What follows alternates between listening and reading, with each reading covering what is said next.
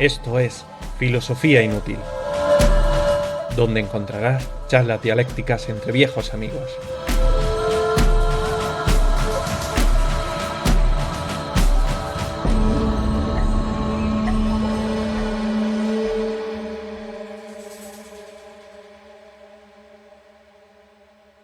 Buenos días, buenas tardes o buenas noches, dependiendo del lugar o el momento en el que nos escuchéis, y así cubrimos todas las coordenadas espaciotemporales.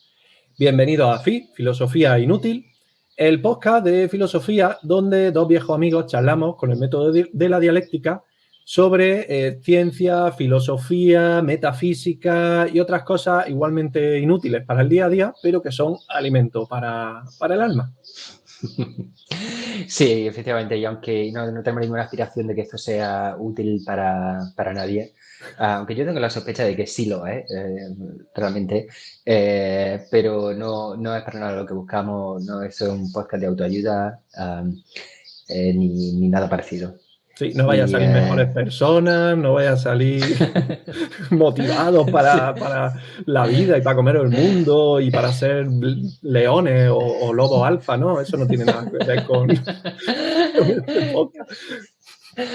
Sí, mejor si queréis eso, poner unas flexiones como si no hubiera un mañana, seguro que ayuda más. Burpee por la mañana.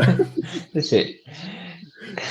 Y bueno, os voy a presentar a Pablo, que fue estudiante de filosofía y es un hombre de letras, ¿vale? Un sabio del Renacimiento quizás, no lo sé. Y bueno, y que es realmente profesor de meditación y de yoga, así que de filosofía oriental, como los que ya habéis escuchado otros podcasts ya habréis deducido, pues sabe mucho de filosofía oriental y de pensamientos bastante profundos que personalmente a mí, como persona occidental, me resultan algunas cosas muy raras y muy ajenas. Pero bueno, pero interesante. Bueno, pues este que me acaba de llamar un raro, Juan Carlos, y Juan Carlos es ingeniero, físico y además es escritor de ese librito que podéis ver además, que tiene colgado ahí al lado suya, que es una novela de ciencia ficción. Y bueno, pues nada, pues como ha dicho él, bueno, después de tantos años nos hemos reencontrado, seguimos manteniendo nuestras conversaciones. Hoy vamos a hablar de algo que, bueno, es un poco una excusa porque yo tenía que hacer un trabajo sobre este tema de todas formas, sobre el cambio climático y el tema de la alimentación saludable, aunque eso lo vamos a dejar de lado, nos vamos a centrar un poquito en el tema del cambio climático. Que decimos, ¿cómo vamos a sacar filosofía de este asunto del cambio climático? Parece ser que otras personas ya lo han hecho, muy pocas, de hecho, muy pocos youtubers. Sí, no hay demasiado, sí. Hemos encontrado una conferencia de Carlos Madrid, de la Fundación Gustavo Bueno, sobre cambio climático y filosofía, que recomendamos mucho, nos ha parecido muy interesante, igual hacemos bastante referencia a este tema. Tenemos que hacer un disclaimer de todas formas, no somos aquí ni él y yo expertos en el tema ni nada parecido. Ni en este tema ni en ninguno, o sea, que no os equivoquéis, ¿vale? Sí. Y de todas formas vamos a intentar sacarle todo el jugo que podamos a esto del cambio climático, que tiene mucho de ciencia, pero que hemos descubierto que también puede tener algo interesante de filosofía. Pues vamos a empezar, si te parece, Pablo, con la definición de cambio climático, ¿de acuerdo? Y es que, bueno, en este caso no he podido tirar de la RAE, me ha fallado la RAE, ¿vale? No lo he encontrado. Pero sí le he preguntado a ChatGPT, que después de la RAE y la Wikipedia, pues son las fuentes del conocimiento universal, ¿vale? Y ChatGPT dice que el cambio climático se refiere a cambios significativos y duraderos en los patrones del clima global.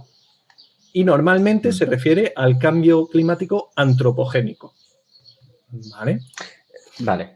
Y sí, oye, por cierto, en el disclaimer, si quieres, puedo volver a esto, ¿vale? Pero también olvidamos mencionar algo de que este es un tema muy candente y que somos muy conscientes, somos muy polémicos. Aquí ni Juan Carlos ni yo somos unos pandémicos de ningún tipo, no somos conspiranoicos, nada parecido. No creemos en momias tridáctilas, no creemos que haya lagartos manejando los gobiernos mundiales, no, nada de eso, ¿vale? Sí, ya hablaremos de esto en algún otro momento. Sí, eso da para programa también, sí.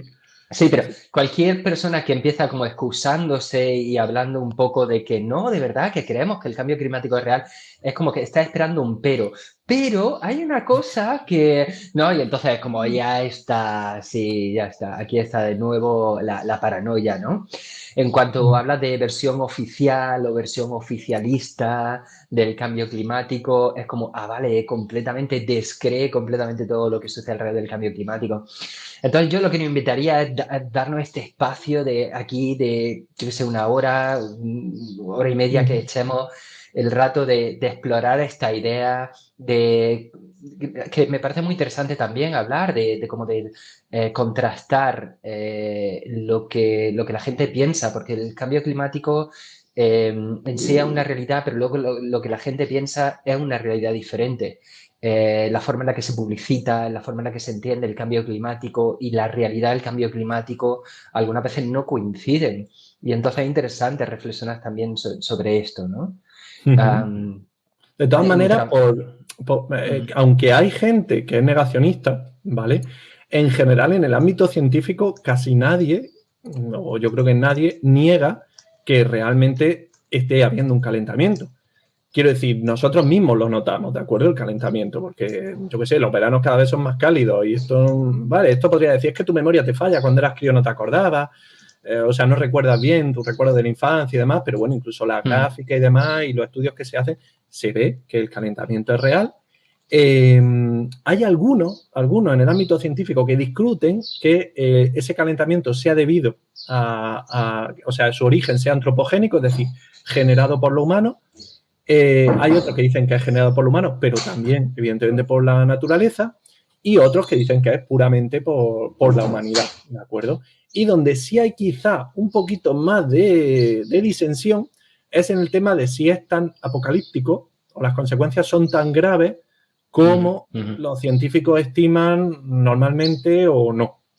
¿De acuerdo? Entonces, digamos, hay como varios grados de negacionismo en el cambio climático. Entendiendo el negacionismo en el buen sentido, ¿de acuerdo? O sea, no el negacionista del gorrito de papel de albal, de papel de aluminio, sino en el sentido de que, bueno, que hasta qué punto el cambio climático va a provocar la extinción de la humanidad de toda la especie en la Tierra porque van a subir 5 grados en 100 años, ¿de acuerdo? Eso es lo que algunos discute, claro. Y de ahí tiene una escala de graduación, digamos. Exacto, entonces has distinguido varios niveles, ¿no? Primero, existe, número 1. Segundo, es provocado por lo humano. Número 2. Tercero, ¿cómo de grave va a ser? El segundo y el tercero no va por niveles, porque también podría ser el segundo o el tercero, ¿no? Es cómo de grave va a ser sin ser provocado por lo humano, si es que crees de eso. Y también el cuarto sería es que hay algo que podamos hacer realmente para cambiarlo, que sea un problema más práctico, ¿no? Es un problema que es más difícil de concebir porque precisamente por plantear, no hay una realidad objetiva que te dé respuesta a ello, sino que la estás construyendo, esa realidad, pues, digamos, política, ¿no? Es decir, o tecnológica, o ¿qué medidas estamos tomando? Sí. Pues vamos a empezar, si quieres, por el punto 1, que sería si está habiendo calentamiento o no está habiendo calentamiento, ¿de acuerdo? Aquí, por ejemplo, surge, claro, yo he intentado abordar todo este tema, yo realmente del calentamiento climático no tenía ni idea, ¿vale? O sea, tenía la idea que tiene pues, cualquier persona normal que recibe información de las redes sociales y de otros sitios, ¿de acuerdo?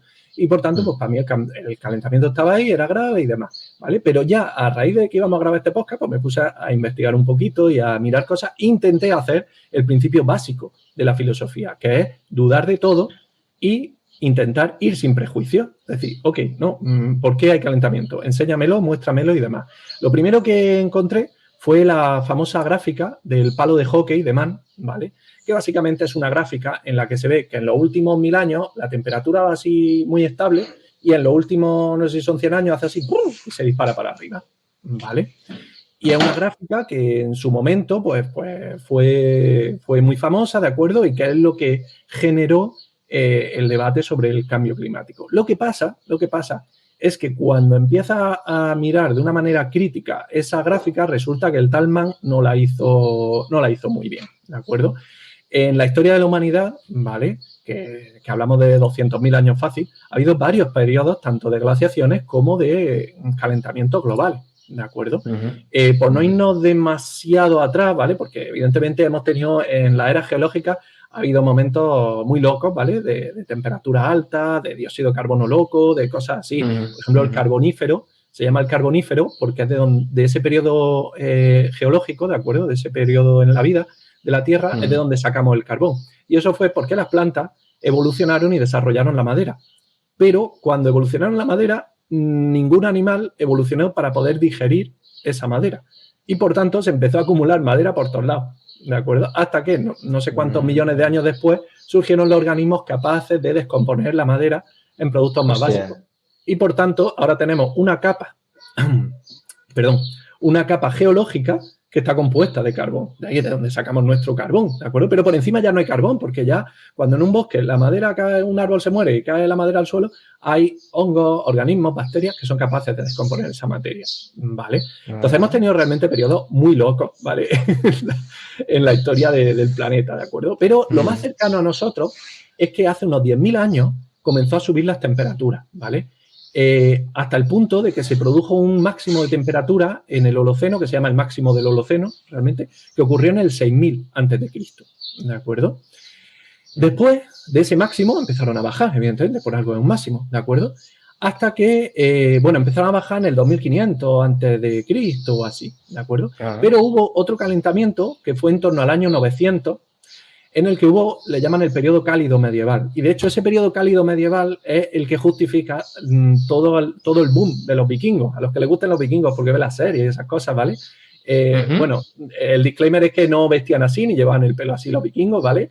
Y no eran más que piratas, ¿de acuerdo? Campesinos que se dedicaban a la piratería cuando hacía calorcito en verano.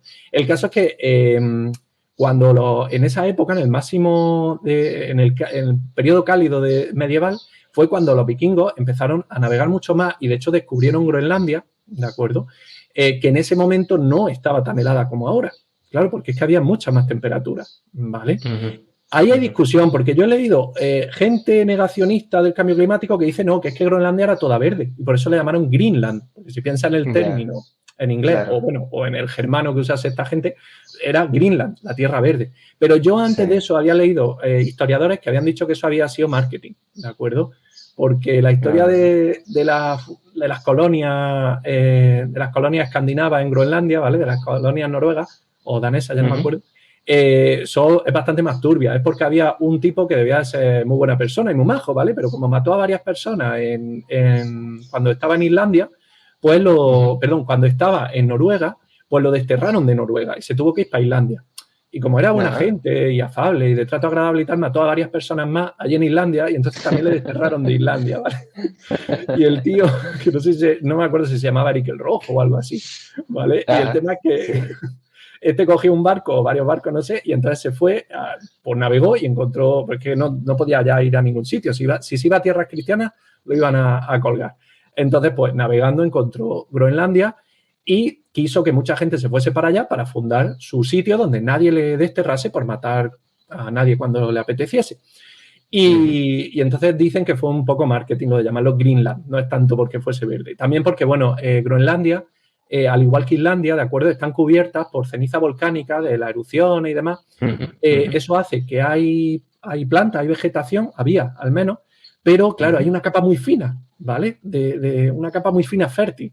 De manera que crece la hierba, sí, crecen algunos arbolicos, pero es poca cosa. Cuando llegan allí los escandinavos y se ponen a hacer pasto para las vacas, que les gustaba mucho comer ternera y eso, cuando empiezan a hacer pasto y tal, pues agota el terreno súper rápido. Y de hecho hoy Islandia, casi 2/3 de la isla son desiertos, son parajes que ahí no crece ya nada porque han fundido todo lo fértil que había allí. Porque esta gente, los vikingos, estaban acostumbrados a Europa, donde Europa hubo glaciares, en toda Europa, y los glaciares pues son ríos de hielo que van destrozando las laderas, ¿de acuerdo? Los valles por los que van triturando las piedras y eso es magnífico, te produce un terreno súper fértil donde crecen bosques, crece de todo y ahí pues puedes cortar los árboles, pones pastos y van a crecer durante muchos cientos de años hasta que agoten los terrenos cultivables. Y allí en Islandia pues no, ¿vale? Y en Groenlandia pues menos. El caso es que hubo ese máximo, ¿vale? Ese periodo cálido medieval, y luego, durante la Edad Media, hubo, a finales de la Edad Media, del 1300 más o menos hasta mediados del siglo XIX, hubo una pequeña edad de hielo, ¿de acuerdo? De hecho, ese es el momento en el que se ve gente con capa y todo eso, ¿vale? La típica época de Alatriste, de los mosqueteros y todo eso, ¿vale? Que dices, pero ¿cómo van con capa? Que además son capas, no son de algodón, ¿vale? Son de lana, son gorditas, que eso dices, por Dios, que se te cuece ahí cualquiera, ¿vale? Y es que, claro, es que hubo una pequeña edad de hielo. De hecho, lo interesante es que cualquier persona que no entienda mucho del tema, incluso yo mismo, ¿no? Que entiendo mucho de esto, ya enseguida me doy cuenta de que el clima cambia mucho. ¿Sabes? Ya, es decir, las variables que me estás contando, ¿cómo ha cambiado tanto? O sea, que ya ha habido una edad de hielo, que eso yo me creía que era de la época como la película de animación, ¿no? Esto era cuando estaban los mamuts rondando la Tierra todavía. No, me estás diciendo que ha habido y que ha habido también un periodo súper cálido que ha sido capaz de despejar masas de tierra enteras como Groenlandia y que ha permitido la migración de pueblos. O sea, ya la gente ya está encontrando ahí suficiente a lo que agarrarse para entender esto como algo, como un proceso natural, ¿verdad? Sí, pero ojo, volvemos con el disclaimer, ¿vale? O sea, y luego la conclusión final es la que, ¿vale? O sea, yo cuento lo que es, pero ojito, que nosotros estamos... Casi que estoy hablando más sí, estoy hablando más de la psicología, ¿no? De cómo funciona nuestra mente humana que enseguida se quiere agarrar a algo, ¿no? Sí, los negacionistas tienen fácil agarrarse a muchas cosas. Luego contaremos también un poco la ciencia que hay detrás del tema del clima, ¿vale? De la ciencia del clima o las ciencias del clima, y es que no es nada sencilla, es que no son sistemas caóticos, luego contamos más. El tema es que en realidad lo del calentamiento global que hizo Mann y tal, surgió en realidad a partir de los 70, porque es que en el siglo XX, ¿de acuerdo? Hubo una pequeña, o sea, no ha sido una subida desde la revolución industrial, ni muchísimo menos, ¿de acuerdo? Ni siquiera desde el uso de los combustibles fósiles, porque entre 1930 y 1970, muy grosso modo, ¿vale? O sea, no justo en 1930, ahí hubo una pequeña bajada de temperatura en el planeta. Y de hecho, a mediados del siglo XX, había gente que decía que lo que no iba a ocurrir no era que se iba a calentar el planeta, sino que la humanidad, los humanos, iban a provocar una edad de hielo, una glaciación. ¿Vale? Sí, no, que eso es lo que hablaban de que todas las sustancias que se estaban emitiendo a la atmósfera por la industrialización, lo que hacían era tapar la incidencia de la luz del sol y entonces al reflectarla en la misma atmósfera, pues no entraba tanto calor dentro de Correcto, la Tierra, ¿no? correcto. Esa es una de las teorías que se utilizaron para decir que no íbamos a enfriar, ¿no? Claro. No va a congelar más que a derretir, ¿no? Esas partículas son los aerosoles, pero no son los aerosoles que acaban con la capa de ozono, ¿vale? Sino que los aerosoles es cualquier partícula que se mantiene suspendida en el aire. Y claro, cuando tú quemas combustibles fósiles, es cierto que estás liberando mucho carbono, ¿vale? En forma de CO2 a la atmósfera. Eso es totalmente cierto, pero es que también estás liberando hollín y un montón de partículas, ¿de acuerdo? Óxidos de nitrógeno y tal, que, bueno, el óxido de nitrógeno no porque es un gas, ¿vale? Pero partículas sólidas que efectivamente bloquean la radiación solar, ¿de acuerdo? Y por tanto... Sí, tengo entendido que eso, ¿no? Ahora mismo uno de los... El agua evaporada, ahora mismo lo que está reflectando, lo que está creando mayor efecto invernadero, ¿no? Es que, claro... No es tanto los gases, sino el agua que se evapora que está ahí flotando en la atmósfera. Sospecho que no será el agua, sino, o sea, no serán el vapor, digamos, la humedad que haya en la atmósfera, sino que serán las gotitas de agua, es decir, las nubes, lo que provoque eso. Pero por otro lado, las nubes también aumentan el albedo. El albedo es la cantidad de luz que refleja un cuerpo estelar, un planeta, típicamente un asteroide o algo así, ¿vale? Y el tema es que, claro, si tú te imaginas un planeta enteramente cubierto de nubes, será un planeta blanco, reflejará muchísima luz y por tanto el albedo será muy grande. Es decir, no absorberá tanta energía solar. O sea, es que el problema es que no sabemos, ¿de acuerdo? No sabemos porque es muy, muy, muy complejo esta ciencia, ¿de acuerdo? Porque es que, claro, las causas del calentamiento no se sabe. El dióxido de carbono es un gas de efecto invernadero, eso está claro, ¿vale? Pero, por ejemplo, el metano es 20 veces más potente como gas de efecto invernadero, ¿de acuerdo?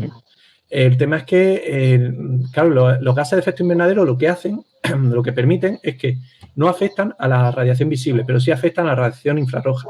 Entonces, ¿qué ocurre? Que no entra mucha radiación al suelo, a la Tierra, digamos, a la superficie, en forma de luz visible, ¿de acuerdo? esa luz, cuando impacta con la Tierra, parte de esa luz se transforma en calor.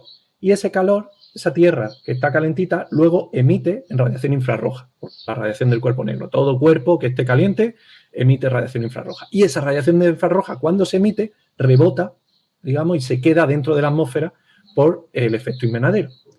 Y por tanto, claro, parte de la luz solar, de la energía solar que debería quizá haber salido al espacio, se te está quedando aquí condensada. ¡Wow! ¡Qué complicado! Entonces, hay parte que rebota desde fuera hacia afuera en las nubes y después hay otra que rebota en la Tierra, después vuelve a rebotar en las nubes y después se transforma en la Tierra, o sea, la absorbe la Tierra, se transforma y luego la emite, claro.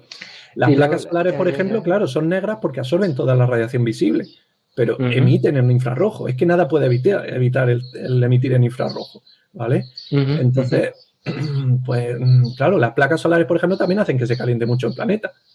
Si fuesen blancas, pues no calentaría el planeta. Pero es que entonces tampoco absorberían la energía solar, por tanto no producirían electricidad, ¿vale? O sea, quiero decir que todo... ¡Wow! ¿Qué combustible le estamos dando ahora a los negacionistas? A los negacionistas están aquí aplaudiendo con la oreja, sí. Ya pueden descartar las placas solares también, o sea... ¿Por qué no? Los molinos de viento sí lo había escuchado, pero las placas solares también son malas para el medio ambiente. Estupendo. Bueno, y los molinos, en realidad, si nos ponemos, voy a ponerme la gorra de negacionista y tal, porque un molino, si pusiesen muchos molinos, estaría alterando las corrientes atmosféricas. Y las corrientes atmosféricas son parte de lo que redistribuye los calores en el planeta. Quiero decir, el Ecuador se calienta más que los polos, evidentemente, y el aire caliente pues se dirige hacia los polos. Y por eso cuando miráis cualquier mapa de estos atmosféricos, veis que en el hemisferio norte gira en un sentido y en el hemisferio sur en el opuesto. Eso es por las fuerzas de Coriolis, porque el planeta está girando y demás. Lo siento, terraplanista, pero el planeta gira. ¿Vale? Entonces, es que es muy complejo. ¿Por qué es tan complejo? Vamos a empezar a meterle tralla aquí Venga. ¿Vale? Detallitos, ¿vale? Detallitos, por ejemplo. Por ejemplo, cuando los años en que hay un niño, ¿de acuerdo? Que es las tormentas estas que se forman en el Pacífico y demás, sube la temperatura de todo el planeta, ¿vale? De todo el planeta. O sea, es que es grave, ¿de acuerdo? Pero hay detalles, por ejemplo, que no son cambio climático, que son, por ejemplo, la volcanología, ¿de acuerdo? Los temas geológicos, que eso, evidentemente, nosotros no estamos haciendo nada. Nosotros, los humanos, todavía no somos capaces de provocar volcanes, ni erupciones, ni fallas, ni nada por el estilo. Pero, por ejemplo, en 1816 estalló el volcán de Tambora, en 1816. Y eso provocó que hubo 1 o 2 años sin verano. O sea, en 1816 hubo un verano en el que no subieron las temperaturas. ¿Por qué? Porque el volcán liberó tantos aerosoles, ¿vale? Sulfuro, demás, bueno, mil historias que sanas no son, ¿de acuerdo? Que el tema es que cubrieron la atmósfera y evitaron que la radiación solar pasase. Lo que decíamos, ¿no? Rebotó, pero en las capas superiores de la atmósfera. Por tanto, rebotó al espacio.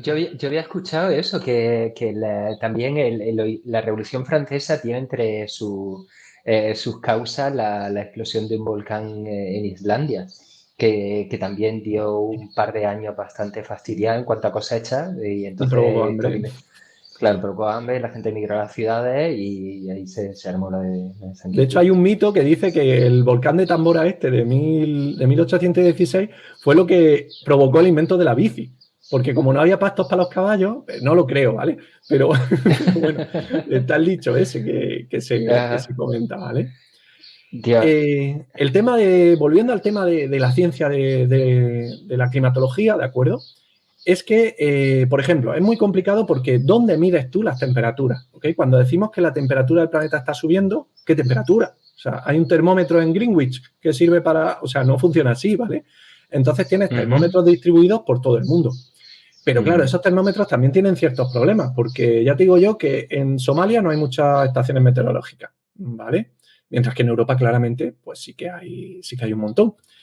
Y por ejemplo, otro problema es que, por ejemplo, hay una estación meteorológica en Madrid, en El Retiro, que es el parque que hay en el centro de Madrid, pero es que está en el centro de una ciudad, en el centro de Madrid, ¿vale? Las ciudades pueden llegar a tener 5 grados más que el campo y eso es un proceso natural, ¿de acuerdo? Que es que, claro, el cemento calienta mucho y los coches y los edificios y todo eso, ¿de acuerdo?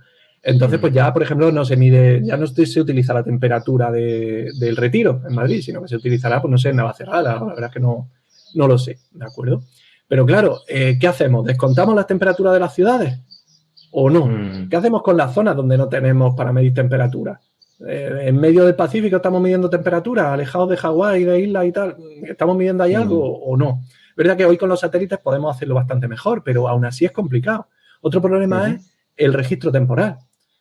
Porque claro, ¿cuántas estaciones meteorológicas había hace 100 años? ¿Y qué precisión tenían? ¿Y qué sistemas de medida tenían?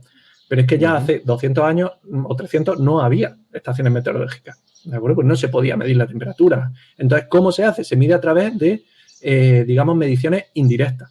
Mide el grosor de los anillos de los árboles, mide las deposiciones de dióxido de carbono, mide ciertas cosas que no están directamente relacionadas, pero bueno, puede establecer correlaciones hasta cierto punto, ¿vale? Porque es que es muy complicado, muy complicado. Por ejemplo, en los anillos de los árboles se observan los ciclos solares de 11 años.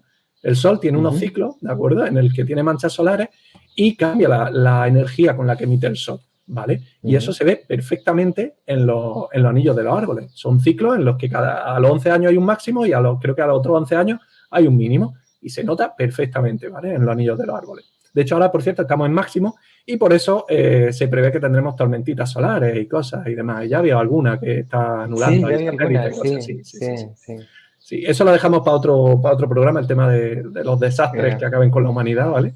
Que una tormenta solar podría ser... De la resiliencia, claro, hablar del tema de la resiliencia a los múltiples niveles, ¿no? Desde catástrofes provocadas por el hombre, como guerras y cosas así, a la dependencia tecnológica que tenemos de satélites, de fuentes de energía, etcétera. Entonces, tenemos un grandísimo problema con la medida. Eso para empezar. De cualquier cosa, de las temperaturas, de todas las cosas que nos importan. Más incluso del CO2 cuesta mucho, ¿vale? El CO2, el carbono, tiene varios isótopos. Y hay algunos, por ejemplo, si sabemos hasta qué punto el CO2 emitido, esto lo siento por los negacionistas, el CO2 los crecimientos de CO2 que tenemos ahora mismo, desde las últimas décadas, sabemos de sobra que son por los combustibles fósiles. Y eso, no sé si lo sabes, Pablo, es porque resulta que los combustibles fósiles abundan en un isótopo del carbono que es el carbono 13, ¿de acuerdo? Otro isótopo muy estable del carbono es el 12, ¿de acuerdo?, que es el más habitual, que significa que tiene 12 neutrones, ¿vale? Y hay otro, perdón, 12 neutrones no, estoy diciendo 12 neutrones y protones, ¿vale? La suma de los dos. El carbono 13 significa que tiene 13 neutrones, o sea, la suma entre neutrones y protones es 13, y luego tenemos el carbono 14, que es el radiactivo, ¿de acuerdo? La vida promedio del carbono 14, creo recordar que era como 50.000 años. Entonces, ¿qué ocurre? Que el carbono 14 se genera en las capas de la atmósfera, es decir, el CO2 que está flotando en el aire por la radiación solar se convierte una parte pequeñita, un porcentaje en carbono 14. Y nosotros estamos respirando eso.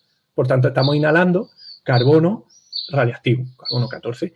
Y lo están absorbiendo nuestras células, las plantas lo tienen. Es decir, si coge un organismo vivo, aquí o en Indonesia, tienen la misma proporción de carbono 14. ¿Qué ocurre? Que cuando ese organismo se muere, deja de absorber el carbono 14 atmosférico, porque ya está muerto, ya no se procesa. Entonces empieza a descomponerse, a desintegrarse el carbono 14 y se va transformando en otros productos radiactivos, ¿de acuerdo?, en la cadena de desintegración que tenga. Entonces, si por eso sirve para datar el carbono 14, porque tú coges cualquier objeto que haya estado vivo, ¿vale?, mides cuánto carbono 14 le queda y sabes cuándo se murió ese organismo. Y eso llega, pues puedes datar cosas de unos cuantos cientos de miles de años. Más allá no, porque ya no queda casi nada de carbono 14 y ya no eres capaz de saberlo, ¿vale? El caso es que el petróleo y de donde se sacan los combustibles fósiles tienen un porcentaje concreto de carbono 13 que no es el que tenemos nosotros ahora mismo. Y si tú coges el carbono atmosférico, ¿vale?, el CO2, resulta que hay una proporción de carbono 13 que viene originada por la quema de combustibles fósiles. Y eso se sabe con seguridad. Así que el aumento en carbono, en CO2, está originado una gran parte por la quema de combustibles fósiles que hacemos nosotros, ¿vale? Y eso, por ejemplo, pues no hay duda en eso, ¿vale? El problema, aparte de la medida, es que el modelo atmosférico es muy, muy, muy complejo, ¿vale? El modelo atmosférico es súper complejo porque, para empezar, tienes que discretizar el espacio. Si tú pudieses tener todas las partículas de aire del planeta a la vez, ¿de acuerdo? Pues podrías predecir, si tú tuviese un ordenador para eso, ¿vale? Podrías predecir qué va a hacer, ¿de acuerdo? El problema es que eso no ocurre así, porque tienes que hacer cuadrículas, ¿de acuerdo? Y cuadrículas que a lo mejor son de 100 por 100 kilómetros, ¿vale? Pero claro, decir que en un cuadrado de 100 por 100 kilómetros el clima es 1, pues es falso, porque ahí hay montañas y cosas y funciona de forma distinta. Eso por un lado, ¿vale? Tienes que discretizar ahí. Por otro lado, porque es un sistema que es caótico. No sé si quieres que expliquemos lo que son los sistemas caóticos. ¿Tú te acuerdas que esto yo te lo explicaba ahí cuando éramos chavales? Pero... sí. ¿Qué relación tendría con eso? Sí, los sistemas caóticos básicamente son sistemas que, aunque son deterministas, esto lo hablamos en el anterior episodio, ¿vale? Son deterministas, pero son muy sensibles a las condiciones iniciales. Es decir, por ejemplo, la caída de una piedra por la gravedad no es sensible a las condiciones iniciales. Es decir, si yo suelto la piedra aquí, va a caer más o menos en el mismo tiempo. Y si la suelto un poquito más para acá, va a caer más o menos en el mismo sitio. Evidentemente hay cierto error, ¿vale? No va a caer en el mismo sitio, exactamente no, pero muy cerca. Si la suelto un milisegundo después, o sea, más tarde, pues caerá un tiempo después, pero no mucho después, ¿vale? Son sistemas que no son caóticos. El problema de un sistema caótico es que una pequeña, por ejemplo, que yo una piedra en un sistema caótico la tenga en un sitio o la tenga en otro con muy poca diferencia, a lo largo del tiempo va a generar un camino totalmente distinto, ¿vale? Para esto hay un ejemplo muy típico que es el péndulo doble, ¿vale? Un péndulo es un péndulo simple, ¿vale? Ese no es un sistema caótico. Pero cuando a este péndulo le engancha otra barra aquí girando, que también pendula, ¿vale? Empiezan a superponerse el movimiento de los dos, ¿de acuerdo? Y el movimiento de ese péndulo doble es totalmente caótico, porque depende de que uno empiece 0,1 grados más para la izquierda o para la derecha o con un poquito más de velocidad, en 7 oscilaciones ya te ha cambiado totalmente lo que hacen, ¿vale? Yo os recomiendo a todos los que busquen en YouTube péndulo doble y vean un poquito a lo que me refiero, ¿vale? Pues la atmósfera es justo un sistema caótico. Y de hecho de ahí viene la frase de una mariposa que bata la ala en Brasil puede provocar un huracán en Tokio, ¿vale? No es que realmente tú pongas a hacer eso porque si no utilizaríamos el clima como arma, ¿vale? Pero, evidentemente, pero el caso es que es cierto que una pequeña variación como una mariposa aleteando puede generarte a lo largo, en 100 años, en 1000 o en lo que sea, cambios totalmente impredecibles, ¿de acuerdo? Y eso hace que, aunque es un sistema determinista, en el fondo no se comporta como un sistema determinista y no podemos predecir lo que va a hacer, ¿vale? Y es el problema que tienen los modelos complejos, ¿vale? Los sistemas complejos. Y claro, con esto lo que ocurre es que no somos capaces de hacer modelos suficientemente buenos que hagan predicciones. De hecho, ya los organismos mundiales que llevan el tema del cambio climático y demás, ya nunca utilizan la palabra predicción, sino que utilizan la palabra proyección, porque ya asumen que no tienen ni idea, es que no se puede predecir, ¿vale? Ya, esto era interesante, que este concepto de la proyección funciona dentro del modelo, no funciona con referencia a la realidad, sino que funciona dentro del modelo. Entonces, se hacen proyecciones de esto va a ocurrir dentro de tantos con nuestro modelo y se justifican dentro del modelo. ¿Eso es así? Sí, correcto. O sea, quiero decir, es que tú haces un modelo, de hecho no se hace un modelo, se hacen 30 modelos, no hay muchos más, es curioso, pero habrá como unos 30 modelos, ¿de acuerdo? Y claro, el problema está también cómo hace esos modelos, porque tú los modelos utilizas unas ecuaciones que sí se saben y son muy claras, ¿de acuerdo? De tema de energía, de momento, de fluido y demás, ¿de acuerdo? Que son claras y funcionan bien. El problema es que esas ecuaciones, esos sistemas, tienes que hacerlos coincidir con el histórico de datos que tienes, ¿de acuerdo? Entonces, esos modelos que haces con esas ecuaciones, aparte de las discretizaciones del espacio y demás, tienes que hacer que los parámetros que tienen se lo ajustas tú manualmente hasta que te da que ese modelo responde a lo que ha ocurrido en los últimos 30, 40, 50 años. Y cuando ya lo tienes ajustado, tú presupones que de aquí en adelante lo que va a ocurrir es cierto, ¿vale? El problema es que no tienes ni idea, porque en realidad no has podido validarlo. O sea, tú has utilizado el pasado para ajustar los parámetros, pero no puede hacer un experimento para... Vale, que esto tiene que ver con la estadística clásica y la estadística bayesiana, ¿no? Por lo que he entendido. A ver si lo he entendido yo bien esto. La estadística clásica, pues tú coges una serie de parámetros y ves si se va a repetir. Si vas diciendo 1, 3, 5, 7, ¿no? Sí. Pues es bastante fácil decir a continuación, venga, 9 seguramente, ¿no? Sin embargo, la bayesiana tiene en cuenta no solamente la serie de datos que se han ido sucediendo en el tiempo, sino las condiciones presentes. Y entonces, en relación a las condiciones presentes, ¿cómo va a evolucionar digamos, esta serie de, ¿cómo decirlo? Bueno, estos datos que he ido recogiendo, ¿cómo van a evolucionar con respecto a las condiciones presentes?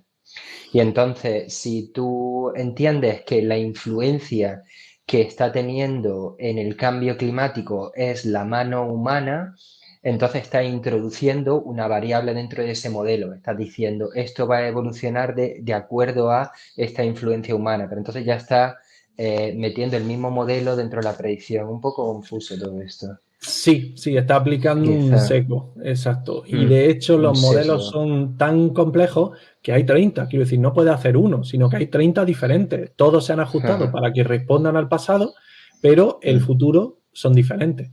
Y de hecho son modelos en los que, como tú has dicho, han metido el factor, en muchos de ellos han metido el factor humano, ¿de acuerdo? Y eso ya estás cambiando tu modelo, porque estás poniendo una hipótesis que no sabes si es cierta o no. Y como tampoco puedes validarlo.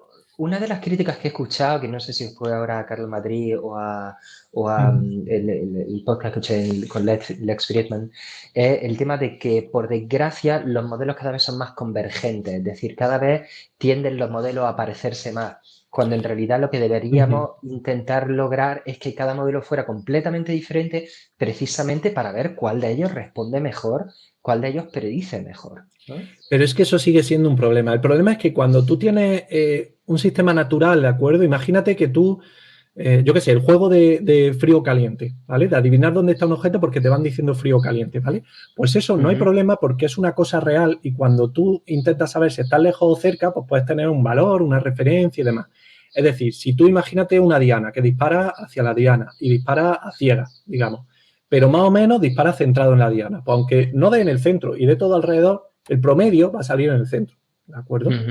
El problema es que con este tipo de modelos no son independientes aleatoriamente unos de otros, sino que unos se basan en otros, utilizan fórmulas compartidas, utilizan cosas que son las mismas, o sea, que pueden tener los mismos sesgos. Entonces, en ese ejemplo de la diana, que hablaba Carlos Madrid de este ejemplo, me gustaba, ¿vale? Es que lo que puede ocurrir es que si tienes el centro de la diana aquí, ¿vale?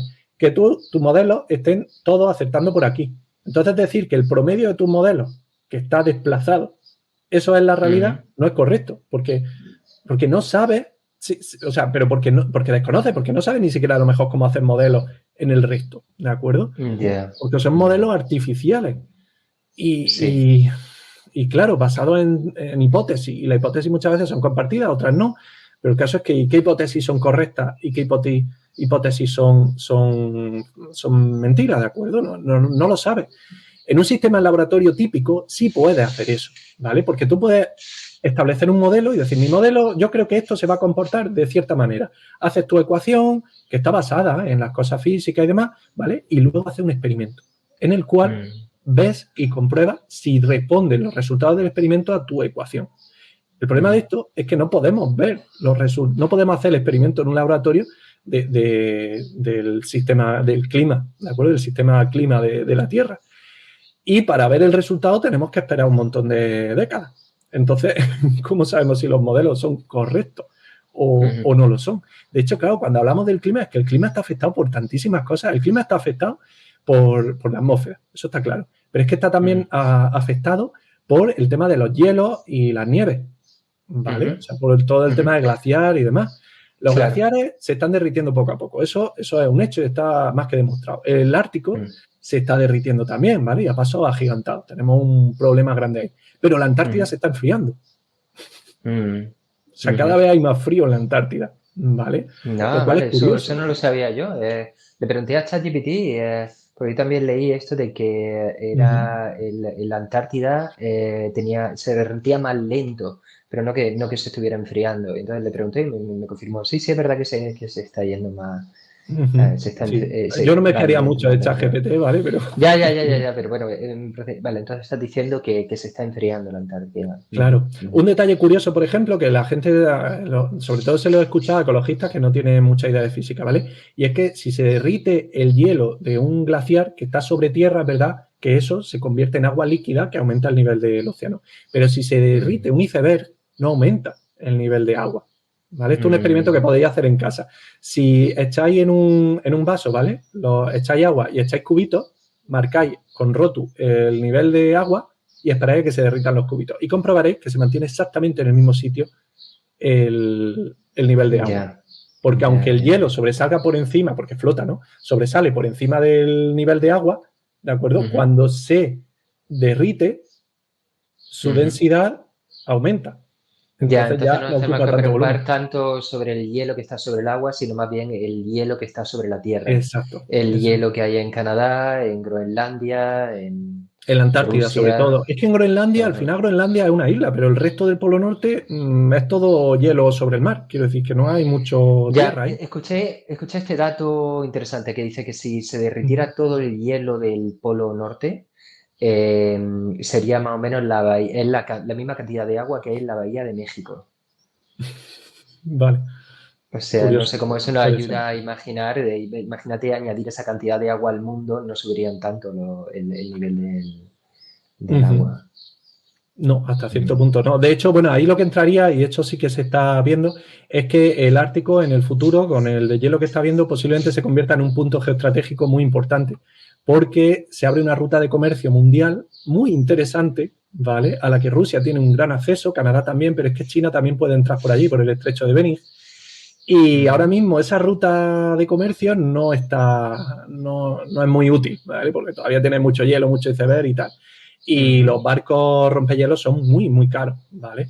De hecho, no ujú, sé si los rompehielos, creo que, pues no sé si Estados Unidos tiene 3 o así, China tiene 1. Bueno, quiero decir, los números no son muy grandes. Rusia no sé si tiene 10 o 20, o sea, no hay demasiados barcos de este estilo en ujú, el mundo. ujú, Pero si se deshiela eso, de pronto se abriría la posibilidad del comercio mundial por el Ártico, ¿de acuerdo? ujú, Y eso cambiaría todo. Y de hecho, las teorías de geopolítica de Mahan y de Mackenzie y tal, siempre establecen, ¿no?, que al final el poder de los estados viene dado en gran parte por el comercio marítimo, por las rutas marítimas.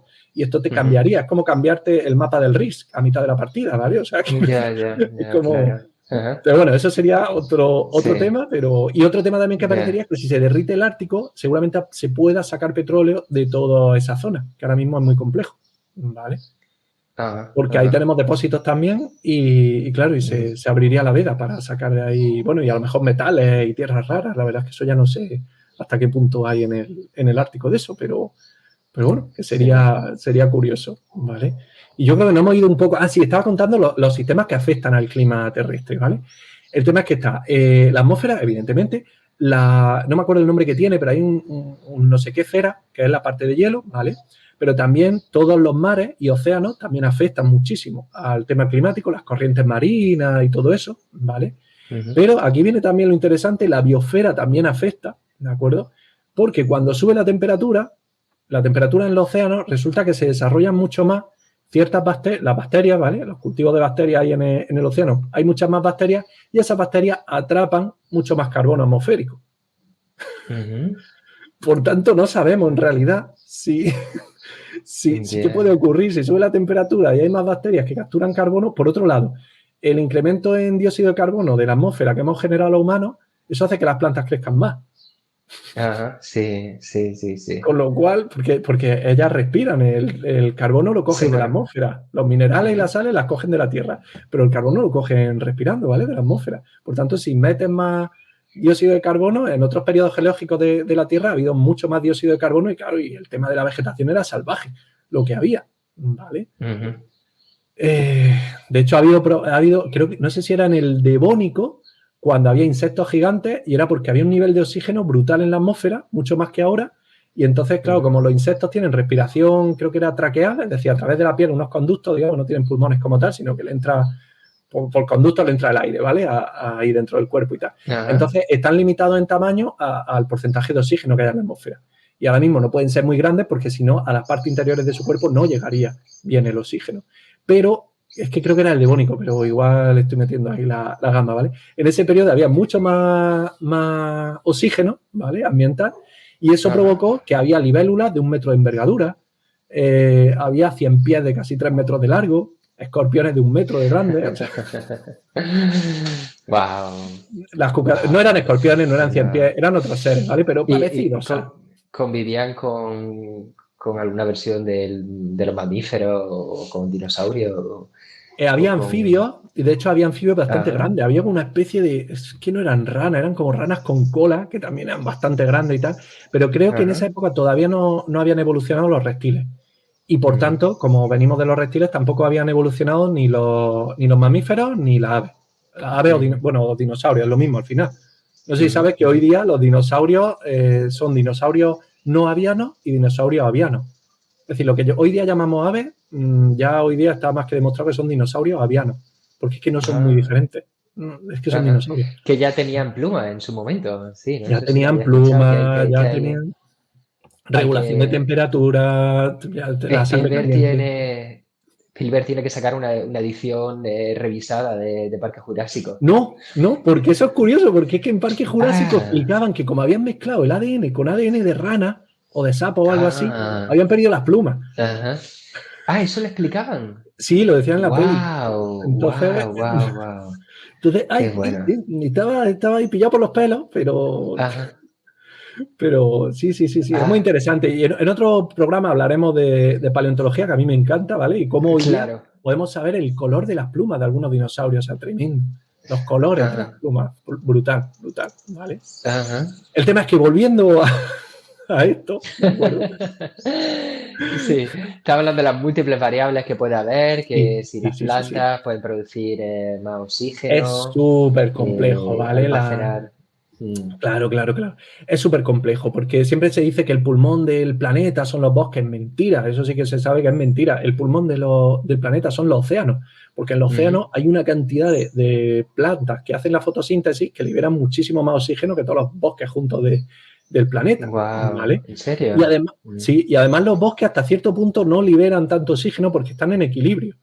Quiero decir, ellos liberan oxígeno, pero también lo respiran, ¿vale? Porque son plantas ya bastante más evolucionadas. Entonces, tampoco es tan claro. Luego, por ejemplo, está la bomba de carbono, ¿de acuerdo? Cuando sube la temperatura, no es solo que aparezcan más seres vivos y demás que pueden absorber el carbono, sino que es que el propio carbono como gas se puede disolver mejor en el agua. Se vuelve más soluble con el aumento de temperatura. Por tanto, si sube la temperatura del océano, también puede disolver el océano mucho más carbono, más dióxido de carbono que ahora, ¿vale? De hecho, hace décadas se planteó el bombear hierro al océano para que creciesen mucho más los organismos, ¿vale? Porque, bueno, los organismos también necesitan hierro y resulta que en el océano es complicadillo, ¿no? Encontrar el hierro, digamos. Entonces, una posible manera era, porque en la Tierra sí, en los animales terrestres lo tenemos fácil, porque las plantas pues cogen hierro del suelo, ¿vale? De la Tierra y nosotros luego nos comemos las plantas. Y si no nosotros, y un carnívoro pues se come al herbívoro que se ha comido a la planta, o sea, ya pilla el hierro. Pero claro, en los océanos no todas las plantas crecen ahí o sea, bueno, las algas sí crecen en tierra, digamos, en tierra subterránea, pero todas las bacterias esas que están flotando, esas no están utilizando la tierra. Entonces había una idea de bombear hierro. El tema es que, claro, lo de la ingeniería planetaria es algo que estamos haciendo ahora, calentando el planeta, liberando CO2 y tal, pero no tenemos ni idea y no sabemos. En ciencia ficción aparece mucho, pero no es fácil. Bueno, entonces, claro, volviendo a este tema, porque ya creo que le hemos dado un arsenal de argumentos a todos los negacionistas, a todos los que quieran descreer de esto, tienen argumentos de sobra para soltar en una cena Nochebuena y convencer a su cuñado. Espero que hayáis tomado nota, si no podéis volver a escuchar el podcast y nos dais otro puntito de escucha. Pero, vale, y entonces, ¿qué razones tenemos para poner todo el esfuerzo que estamos poniendo en evitar pues, la emisión de gases de efecto invernadero, en todas las políticas que estamos poniendo en práctica para tratar de revertir este calentamiento global? A mí se me ocurre varias. A No mí se me podemos ocurren varias. confiar en la armonía Sí. del planeta, ¿no? En su equilibrio, entender que nosotros somos un organismo más y que al final el planeta logra su equilibrio como lo ha logrado en los últimos cientos de miles de años. Bueno, una opción es esa, es creer en eso, ¿vale? Otra es, a ver, el problema es que podemos tirar a los efectos históricos o a los efectos imaginados, ¿vale? Vamos a empezar con los efectos imaginados, ¿de acuerdo? El calentamiento global puede tener impacto en muchas cosas. Una es subir la temperatura. Que dice, bueno, ¿esto en qué me afectará? Pues, por ejemplo, en que hará falta poner más aire acondicionado, los ricos que podamos ponerlo, ¿vale? Y eso elevará más todavía la propia temperatura, ¿vale? Y eso hará que quizá en España no lo notemos tanto porque estamos en la zona templada del planeta y tal, pero en el Ecuador y en zonas que ya de por sí son muy cálidas, pues puede ser una locura y puedes provocar millones de muertes porque te suba un grado la temperatura, ¿vale? Ya digo, quizás en España no, que tenemos agua potable de sobra y que tenemos aire acondicionado, centros comerciales, vamos en coche con aire acondicionado, pero ahora eso díselo tú a uno que vive allí en Kenia y tiene que andar 5 kilómetros con garrafa por el agua, ¿vale? Pues igual ese pues se muere, ¿vale? Por otro lado, otro impacto que está claro también es el de hielo de glaciares y casquetes polares, ¿vale?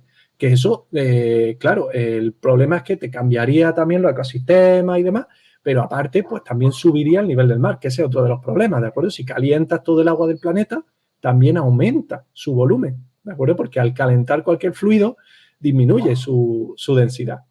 Es verdad que el agua se considera incompresible, en el sentido de que el agua como líquido no cambia mucho su volumen con el cambio de temperatura o sobre todo con el cambio de presión. ¿Vale? Ahí ni lo nota prácticamente. Pero el caso es que subiría de volumen, o sea que también crecería más por eso. Si te sube el nivel del mar, no sé si leí en algún sitio que el 30% de la humanidad o el 40% vivía en zonas costeras. Quiero decir, Ya, lo sé, pero o sea, este para mí es de los argumentos más débiles para el el tema nivel del del cambio mar. climático, el cambio del nivel del mar, sí, ¿no? Porque la gente lleva variando la relación con el nivel del mar muchísimo. Justo ayer estuve en casa de mi tía abuela y entonces me estuve enseñando fotografías de cómo era el puerto de Almería a principios del siglo, ¿sabes? Y donde ahora hay pues, un puerto propiamente, ¿cómo se dice? No es un dique, Una donde dársena, aparcan los barcos. No, donde aparcan los barcos, aparcan en el, iba a decir en el andén, en no, el en la parking de dársena, barca. en la dársena, quiero decir, donde hay ahora hay un muro, antes había una playa y entonces simplemente se construyó un muro hasta donde llegaba, incluso metiéndote un poquito más para adelante para que los barcos pudieran fondear, se rellenó todo eso de tierra y se hizo habitable. O sea, incluso teniendo en cuenta que pueden subir, no sé, 3 metros el nivel del mar, esos 3 metros es quitar cuántas líneas de playa, ¿no? No, Esa no, no, no. famosa... Ahí no estoy de acuerdo contigo. Es cierto que hay sitios como Dinamarca, por ejemplo, que llevan luchando siglos, ¿vale? Con el tema de la inundación y todo eso, ¿vale? Hay Sí, muchos sitios en el planeta que están por debajo del nivel del mar y que tienen que estar, por ejemplo, toda la zona de Holanda y todo eso, ¿vale? Está sí, lleno de diques, de canales y de tal, porque sí, están luchando, ¿vale? Porque hay zonas que están por debajo del este. claro, Pero claro. históricamente también ha habido fallos en esa ingeniería a escala masiva, ¿vale? Por ejemplo, en el siglo I antes de Cristo hubo una gran migración de pueblos germanos, ¿vale? A la que se enfrentó Tito Mario, creo, y bueno, y varios, justo antes del Imperio, en la última época de la República, ¿vale? Y esa migración que creo que fue como de 1 millón de germanos, o sea, una brutalidad. Y fue porque hubo unas inundaciones que Dinamarca, muchas partes de Dinamarca la inundó el mar, ¿de acuerdo? De forma temporal, y entonces dejó el salitre allí en esos campos. Entonces no crecían cultivos y por tanto tuvieron que moverse y se tiraron No Sí, entiendo, ¿cómo inundó el Dinamarca, mar Dinamarca? ¿Cómo quiero sí. decir de un día para otro? ¿Cómo No, de un eso? día para otro no, serían unas tormentas o algo, ¿de acuerdo? O unos seísmos, o una. Es que no lo sé, en concreto. Ya, hombre, que el seísmo sí me cuadra. Lo que quiero decir es que en el peor de los casos, nos ponemos en el peor de los casos, en el peor de los lugares del planeta, como puede ser Bangladesh o puede ser, ¿no? Se me ocurre Bangladesh, así Claro. de las zonas más bajas y más infradesarrolladas, ¿no? Como uno de los países Mm. más pobres del mundo. ¿Qué pueda subir? ¿3 metros el nivel Pero es del que 3 mar? ¿Y metros es eso lo que te iba, afectar a cuántos miles es de lo que te iba a personas? decir. Mira, 3 metros en España, en las costas de España, en Almería en concreto, Ujú, es que digamos que la pendiente de la costa es muy alta. Entonces 3 metros diría, bueno, pues se caen un par ujú, de edificios, pero no es muy grave, ¿vale? claro. Hay otros Sí. sitios que 3 metros inunda un sitio muy grande, ¿vale? Es que toda la Ya, zona de ya. Indonesia, de Por eso, Filipinas, sí, sí.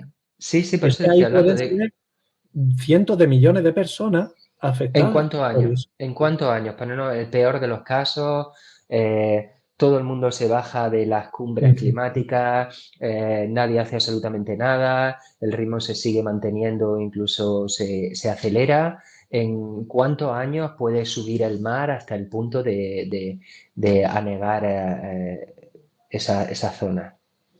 Es que no se sabe. Es lo que hemos comentado, son sistemas tan complejos, ¿de acuerdo? Ya, Que es que no se sabe. lo que quiero decir es, o sea, que Sí, sí, no sí, te tiene. entiendo. Incluso al ritmo de hoy día, por ejemplo, Aunque suba un suponiendo que el ritmo centímetro es todos los constante. días, suponiendo que sube un Ujú. centímetro todos los días, No, un incluso centímetro todos los días es así, demasiado. No, no, porque es son los una 3 metros burrada, en ya un lo año. sé, No, es no, no, ahí ciencia no te. ficción, lo sé, lo entiendo. Subiendo todos los días un centímetro, la gente se mudaría. Simplemente No, encontraríamos eso es lo incorrecto. que. No hay tantos sitios, ¿no? Ya no hay tantas zonas de cultivo, ¿vale? O sea, si ahora Ujú, somos, creo que 8.000 millones en el planeta de personas, ¿vale? ujú, Fue porque a principios del siglo XX se descubrieron el abono sintético, digamos, ¿vale?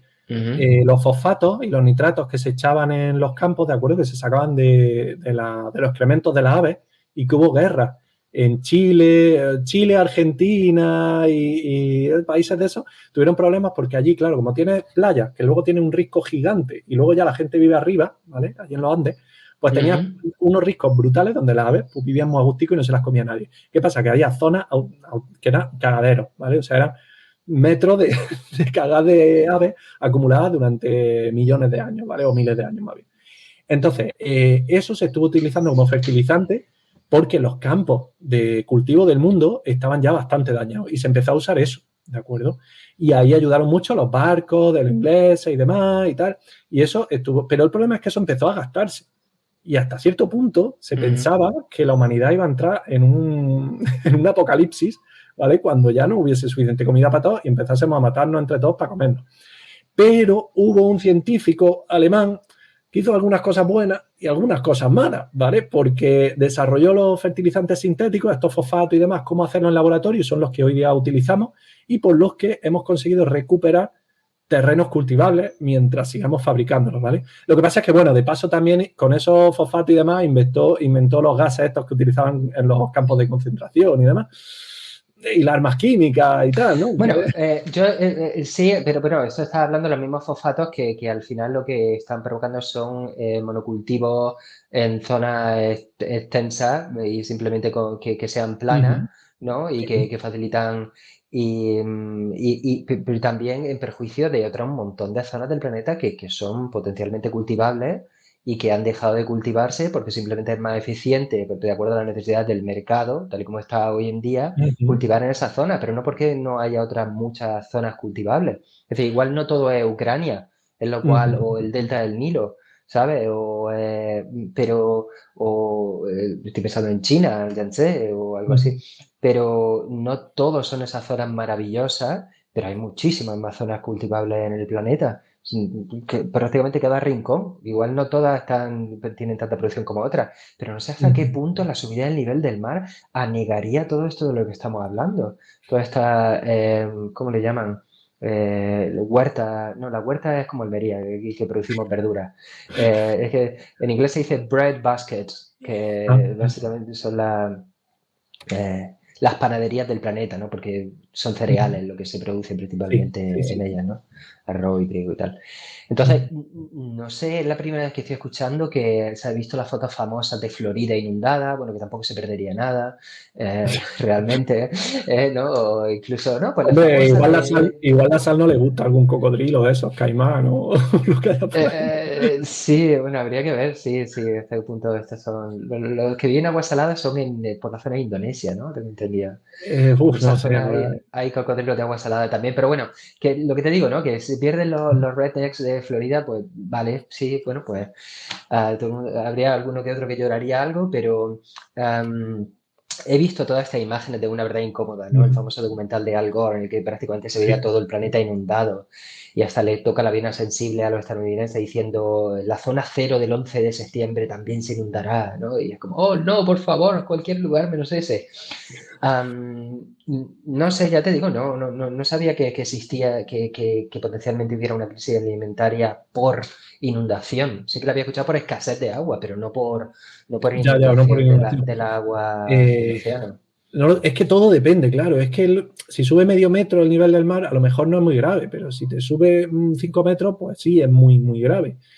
Eh, no lo sé. Además, el nivel del mar también afecta a los ríos, en el sentido de que los propios cauces de los ríos también se degradan más rápido y demás, dependiendo del nivel del mar. O sea, es que son una serie de factores complicados, ¿vale? Ujú, Pero bueno, otro ujú, impacto, por ejemplo, ujú, que has comentado tú, claro, sería el de las sequías, tanto las lluvias como las sequías, ¿de acuerdo? ujú, Con el cambio climático podemos encontrarnos con que llueve mucho más en sitios donde antes no llovía tanto y que hay sequías y que son más extremas y demás, ¿no? Y, ujú, por ejemplo, ujú, yo en Tabernas, cuando era crío, yo tenía un cortijo allí, que yo iba todos los fines de semana allí al desierto de Tabernas. Y yo ujú, ya no sé si son mis recuerdos equivocados de la infancia, pero ya ahora cuando voy al desierto de Tabernas me parece que hay mucha más planta que antes. Que nadie se confunda, no es Asturias, ¿vale? Pero, pero Ya, joder, por lo eso, llama... eso sí lo escuché, porque precisamente por eso, por el aumento de las temperaturas, la flora de los ecosistemas desérticos, como el de Taberna, eh, digamos, como prospera, porque le estamos dando las condiciones desérticas de escasez de agua, etcétera, todo el año. Entonces, yo eso sí lo había escuchado. Mira, Sí. un detalle a favor del cambio climático que me comentó, tengo un amigo, un buen amigo que vive en Chester, ¿vale? En Newcastle, en Reino Unido.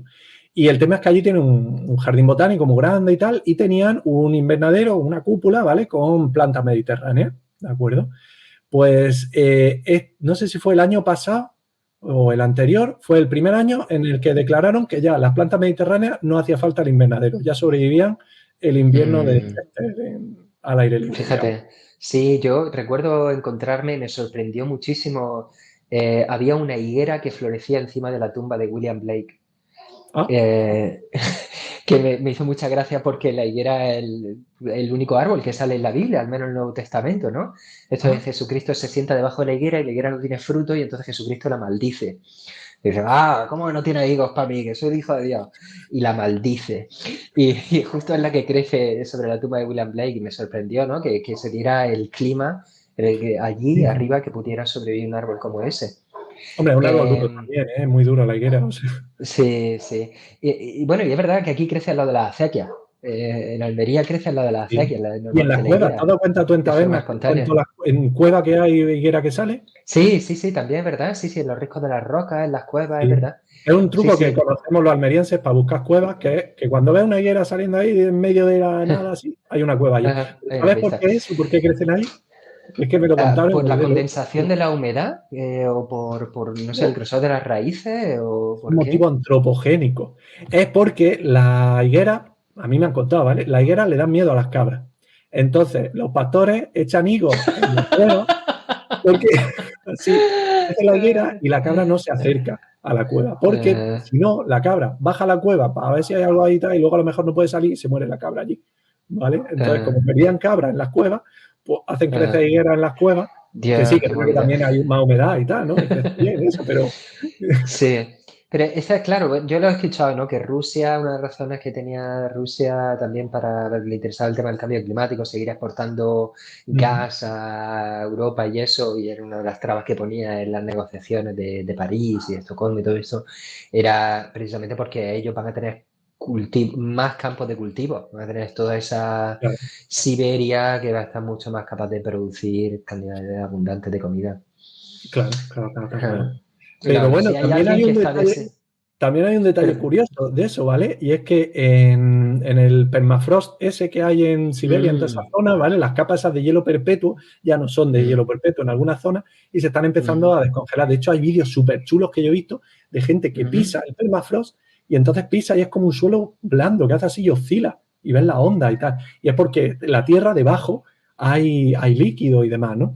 El tema es que el permafrost, al derretirse, tiene dos efectos, ¿vale? Es verdad que se convierte en tierra de cultivo muy buena, seguramente, pero los efectos negativos que tiene es, por un lado, se liberan hidrocarburos a la atmósfera, metano y cosas así, que estaba capturado y que produce mucho efecto invernadero, muchísimo. Claro. Y por otro, que esto ya es más de ciencia ficción, puedes liberar virus o bacterias de otras eras geológicas que estaban ahí congelados y provocar que aparezca un virus para el que no estamos preparados. Ya. Esto en la pandemia lo estuvieron mencionando, me acuerdo de esto, ¿no? Que es el argumento de la primera película de Expediente X, ¿no? Que se encontraban Vale, qué guay. este organismo que estaba en el cuerpo de un hombre prehistórico que se había quedado congelado ahí desde aquellos tiempos. Sí. Claro, una de las cosas que dicen, no sé hasta qué punto sería cierto o no, pero es verdad que si libera un virus de hace 15.000 años, posiblemente ya no tenemos los anticuerpos, ¿vale? Entonces, podría surgir una cosa ahí. De hecho, una cosa curiosa con las bacterias y los virus es que cuando los astronautas vuelven del espacio, ¿vale? Cuando están en la estación espacial y se tiran ahí unos cuantos meses y tal, y vuelven a la Tierra, vuelven con bacterias súper duras, bacterias reforzadas. Ellos han mejorado también su sistema inmune y, por tanto, están en equilibrio con las bacterias, pero los humanos de aquí, ojito, que nos cuesta más, ¿vale? Hostia. Entonces, sí, porque resulta claro que allí las bacterias en la estación espacial por un lado, tienen un ambiente súper duro, ¿vale? Para vivir, porque climáticamente es más duro y tal para ellas que la Tierra, donde tienen superficies, tienen otras cosas, ¿vale? Y por otro lado, la radiación a las que están expuestas hace que también muten más. Entonces, las bacterias, si tienen algo bueno, es que pueden mutar de forma muy fácil. Entonces, si les ponen un ambiente duro, van a mutar. Pero es que encima, si la estás radiando para que muten más rápido todavía, pues evolucionan, ¿vale? Y evolucionan rápido. Entonces, puede que también en un futuro nos vengan astronautas con una superbacteria. Del tamaño de una cebolla, me imagino. Pero bueno, sigamos con los impactos, ¿vale? Del cambio climático. Otro serían los fenómenos meteorológicos extremos, es decir, los desastres naturales y todo eso. Que aquí ya hemos tenido unos cuantos, hemos tenido Filomena, tenemos Dana en Valencia aquí ya casi cada año. Sí, mi esposa que es de Colombia también dicen que el niño o la niña la que va a pegar fuerte este año, un año de sequía, que se está demostrando que va. Sí, bueno, pero bueno, ese sí que es un fenómeno cíclico, ese sí que es algo que sucedía antes. Pero sí.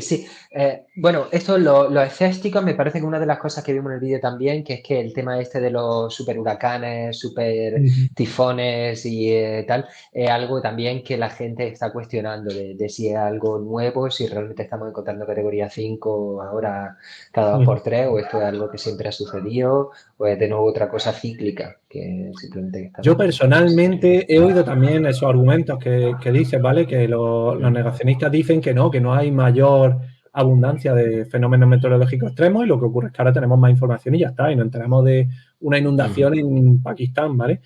Mientras que antes no. Pero que si miras la gráfica y demás, pues sí, son constantes y tal. Yo, mi experiencia personal, subjetiva y totalmente prescindible, es que claro que sí. O sea, las olas de calor son mucho más bestias. Y hemos tenido un Filomena que eso no lo había visto yo en la vida, que negó en Almería, ¿sabes? Que sí, que hace 40 años negó una vez también, pero vamos, yo no lo había visto en mi vida, ¿vale? O sea, quiero decir, yo sí lo noto. De hecho, una cosa es que yo cuando me mudé a mi casa no quería poner aparatos de aire acondicionado, ¿vale? Y hace un año los tuvimos que poner ya. Pues dijimos, esto ya no se puede aguantar. O sea, antes sí, pero ahora ya vamos notando que no, que es que ese par de graditos más que no baja la temperatura por las noches, ya te hacen que te hunden en la miseria, ¿vale? Ese sería otro de los problemas. Y eso también generaría otro problema, que sería la pérdida de hábitat, ¿vale? Tanto de hábitat humano, o sea, zonas que los humanos ya no podríamos vivir, aunque, como tú dices, podrían generarse otras zonas donde sí podríamos vivir, pero sobre todo de animales, ¿no? Que provocaría extinciones masivas. De hecho, bueno, ya estamos en plena extinción masiva, ¿vale? Que es la extinción que hemos provocado los humanos y que estamos provocando. Eso es un hecho incontestable. Desaparecen muchísimas especies y demás, y a escala geológica esto ya es una extinción masiva. Pero el caso es que se aceleraría ese proceso y ocurriría también lo que nos ha pasado, ¿no? con el COVID, que es que, claro, los animales cuando desaparecen su hábitat se desplazan. Y cuando se desplazan, pues de pronto animales que antes vivían alejados de los humanos, pues de pronto a lo mejor entran en contacto cercano con los humanos y te transmiten virus que los humanos no estaban acostumbrados a eso, no lo había visto, digamos, el sistema inmune humano. Entonces pueden aparecer también eso, virus nuevos, bacterias nuevas, enfermedades, en fin, es complicado. Otro problema también Sí. son las enfermedades respiratorias. O sea, con los aerosoles y tal, esto no es quizá cambio climático, pero el caso es que la polución afecta a nivel pulmonar, a nivel de cáncer, a nivel del tema de los disruptores endocrinos, por ejemplo. ¿Sabes lo que es lo de los disruptores endocrinos y eso? Ah, No, vale. no. Pues esto es súper interesante. Los plásticos, especialmente los plásticos, ¿vale? Son moléculas orgánicas, en realidad, están basadas en carbono, ¿vale? Y inevitablemente se van descomponiendo, ¿de acuerdo? Se libera en forma de gases muchas veces por los rayos ultravioleta del sol, cuando lo metes al microondas, no porque el microondas sea malo, sino porque lo estás calentando y demás. Y esos plásticos liberan pequeñas moléculas, ¿de acuerdo? Que tienen carbono, ¿vale? Y que en realidad, pues el cuerpo puede llegar a confundirse. Y ahí es donde se producen los disruptores endocrinos. De hecho, para demostrar esto, cogieron a 10 diputados del Comité Europeo, creo que fue, del Congreso Europeo y tal, y le hicieron una prueba un poco para ver y tal, y los 10 tenían unas tasas elevadísimas de disruptores endocrinos en sangre. Es algo que no es una prueba que te hagan habitualmente. El tema es que estos disruptores, ¿cómo funcionan? El cuerpo humano al final funciona todo a base de hormonas, ¿vale? Las hormonas son, digamos, los mensajeros que hacen que funcione tu cuerpo, ¿vale? Y son lo que, en los órganos que producen la hormona, el cerebro le dice, oye, produce tal, y entonces lo produce, esas hormonas llegan a tus células y tus células funcionan como deben.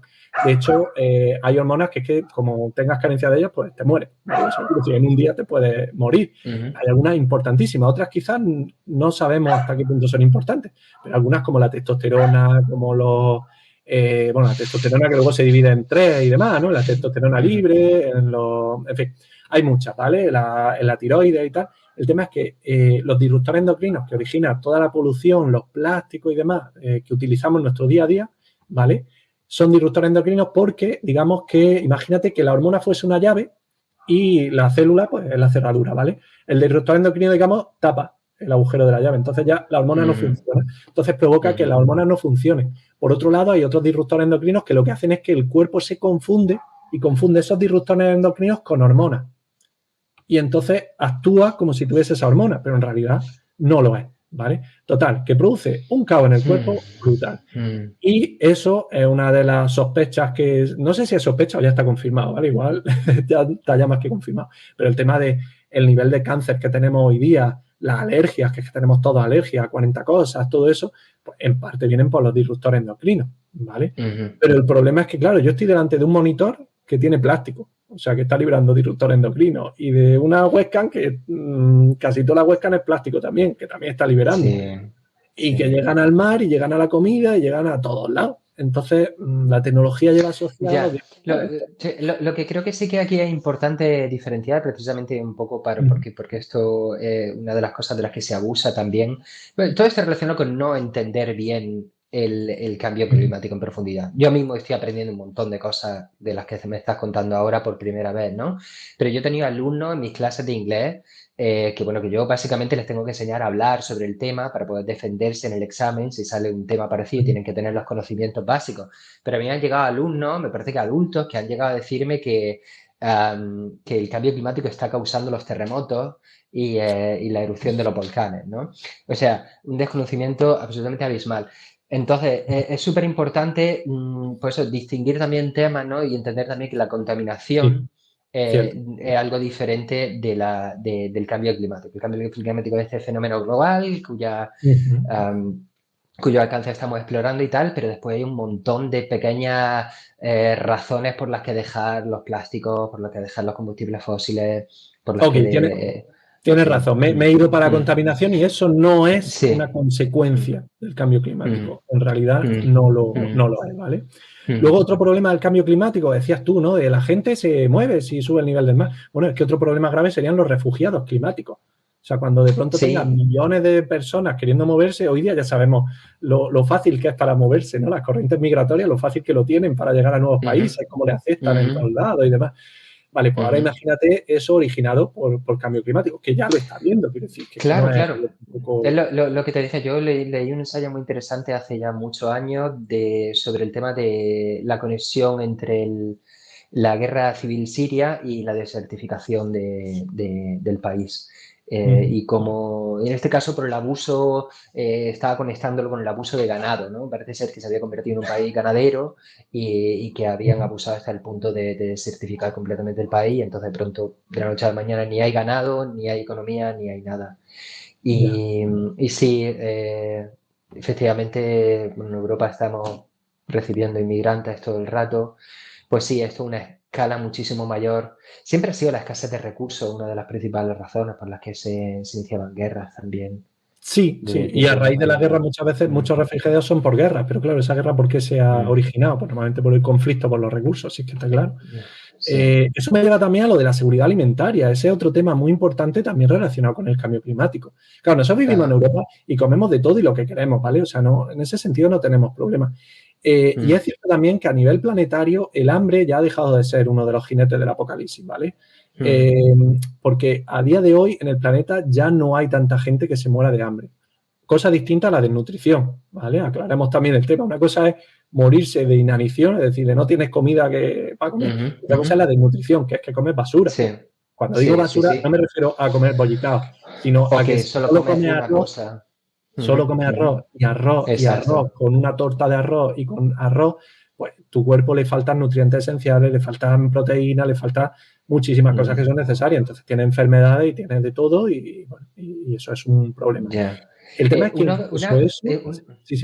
dime. Uno de las consecuencias en segundo grado de esto del cambio climático es que precisamente le estamos dando un montón de poder igual esto suena conspiranoico también, pero a empresas como Monsanto, que precisamente se dedican a desarrollar ahora, no podías cultivar la semilla que has cultivado siempre, pero yo te voy a crear una genéticamente modificada, y aparte de la consecuencia que pueda tener eso para la salud, que no estoy informado sobre el tema, la verdad, sobre el tema de la patente, que ellos tienen una patente, entonces te venden un cultivo que se produce de manera, se masifica y que dependemos completamente del suministro de semillas que vengan porque ya ni siquiera las semillas de maíz o de trigo, lo que sea, ni siquiera producen. Sí, en no muchos son casos no son fértiles, sino porque la irradian y todo esto, ¿no? También. No, la irradian no. Eso ahí yo creo mito. O sea, en realidad un alimento transgénico significa que ha sido modificado genéticamente, ¿vale? Pero no te creas que hay un tío con una bata cambiando un gen por otro, ¿vale? O sea, que si no es tan así, es por cruces y cosas, ¿no? El tema es que un alimento transgénico no tiene nada de malo. De hecho, quiero decir, los alimentos que comemos hoy día son todos transgénicos de forma natural. Durante siglos se ha estado cruzando a cerdos, ¿vale? Para que cada vez sean más gordos y tengan más carne y crezcan más y tal, pierden el pelo, ya dejan de ser jabalí, ya no tienen colmillos grandes, lo vamos domesticando y en realidad eso es un animal transgénico en el sentido de que lo hemos cambiado genéticamente a nivel de cruce y demás. Entonces Monsanto lo que hace, o bueno, la empresa alimentaria esta, lo que hacen es generar nuevas plantas, ¿vale? Que son plantas modificadas respecto a las originales. ¿El problema dónde surge? Que te hacen una planta, por ejemplo, que aguanta plagas y que aguanta muchas cosas, ¿de acuerdo? El problema está asociado con lo que tú decías, que te hacen plantas también que, por ejemplo, son estériles. Es decir, que tienes una cosecha, pero al año siguiente tienes que volver a comprar las semillas. Y eso, pues, te tiene una dependencia ahí tecnológica. Por otro lado, como es solo un tipo de planta, claro, el concepto de huerta se pierde. La huerta es cuando tú tienes distintas plantas que se apoyan entre sí. Y tú tienes algunas florecicas que atraen insectos polinizadores. Y tienes lechuga, y tienes lentejicas, y tienes tomate, tienes distintas cosas, cada una haciendo su función, regenerando la tierra y haciendo un sistema sostenible y que produzca. El problema es que la agricultura extensiva, claro, lo que hace es decir, no, es que esto no es productivo. Y coge y dice, pues no sé cuántas hectáreas que solo hay trigo. Y además trigo de una variedad. Y punto. Y te quita hasta los árboles intermedios, ¿vale? De hecho, eso, por ejemplo, se ha demostrado que es un problema. Cuando tú haces campos gigantescos de monocultivo, ¿vale? Y quitas, por ejemplo, los típicos arbolitos que estaban en las lindes, ¿no? Que separaban un campo del otro y demás. En esos arbolitos eran pequeños ecosistemas donde vivían pájaros, donde vivían pequeños mamíferos, roedores, tal, que acababan con ciertos insectos y con ciertas plagas. Una vez que eliminas esos árboles, ya no tienes esos bichos que se comen a ciertos insectos y, por tanto, te puede generar plagas bastante bestiales. O sea, el problema no es tanto por la modificación genética o jugar con esas plantas, sino por el hecho de los monocultivos. Por ejemplo, no sé si hoy día de plátano en el mundo quedan 7 o 8 variedades de plátano nada más. Quiero decir, solo comemos una, que creo que es la Ya. Cavendish, ¿no? Lo que llamamos el plátano de Canarias, pero en realidad es la Cavendish en todo el planeta, porque es la más rica y la más tal. Y eso ocurre con todo. En maíces no sé si hay 20 variedades de maíz que se produzca de forma masiva. Muchísimo, muchísimo. Sí, sí. En los Andes de patata había cientos de variedades de patata. Ujú. Y ahora tenemos que recurrir a museos, ¿cómo se llaman esto? De semillas. Bancos de semillas. Bancos de semillas, esto Sí, es, ¿no? Que gestionan sí, sí, algunas sí, sí. universidades o las redes, por ejemplo, la red de semillas andaluza y, bueno, el famoso sitio este en Noruega, ¿no? Tienen allí también Eso es diferente, eso es ese... diferente. Eso, Ya, ya, esto es... esa es la cápsula esa del Vale. tiempo donde tienen guardada ahí toda la información de la humanidad, todo el saber y tal, por si nos extinguimos finalmente, pues que dentro de 20.000 años puedan venir un extraterrestre y decir, ¡hala, que había esto aquí! No, pero tienen uno de semillas, tienen uno Tienen de también de más grande semillas. del Sí, sí, sí, sí, mundo, por sí. eso. Ujú. Mm, Sí, sí. Aquí en Madrid nosotros conocemos, mm, tenemos huertecitas aquí en nuestra casa y hay una asociación que tiene variedades de semillas locales y todo eso que está genial, que va mm, allí y dice, a ver, ¿qué tenéis por aquí? Y te dicen, pues esta para no mm. sé qué, esta para no sé cuánto. Y como es de la zona de Madrid, pues sabes que crece en Madrid. Y están un Sí. poco esa asociación luchando contra eso, contra los monocultivos, ¿no? Y demás.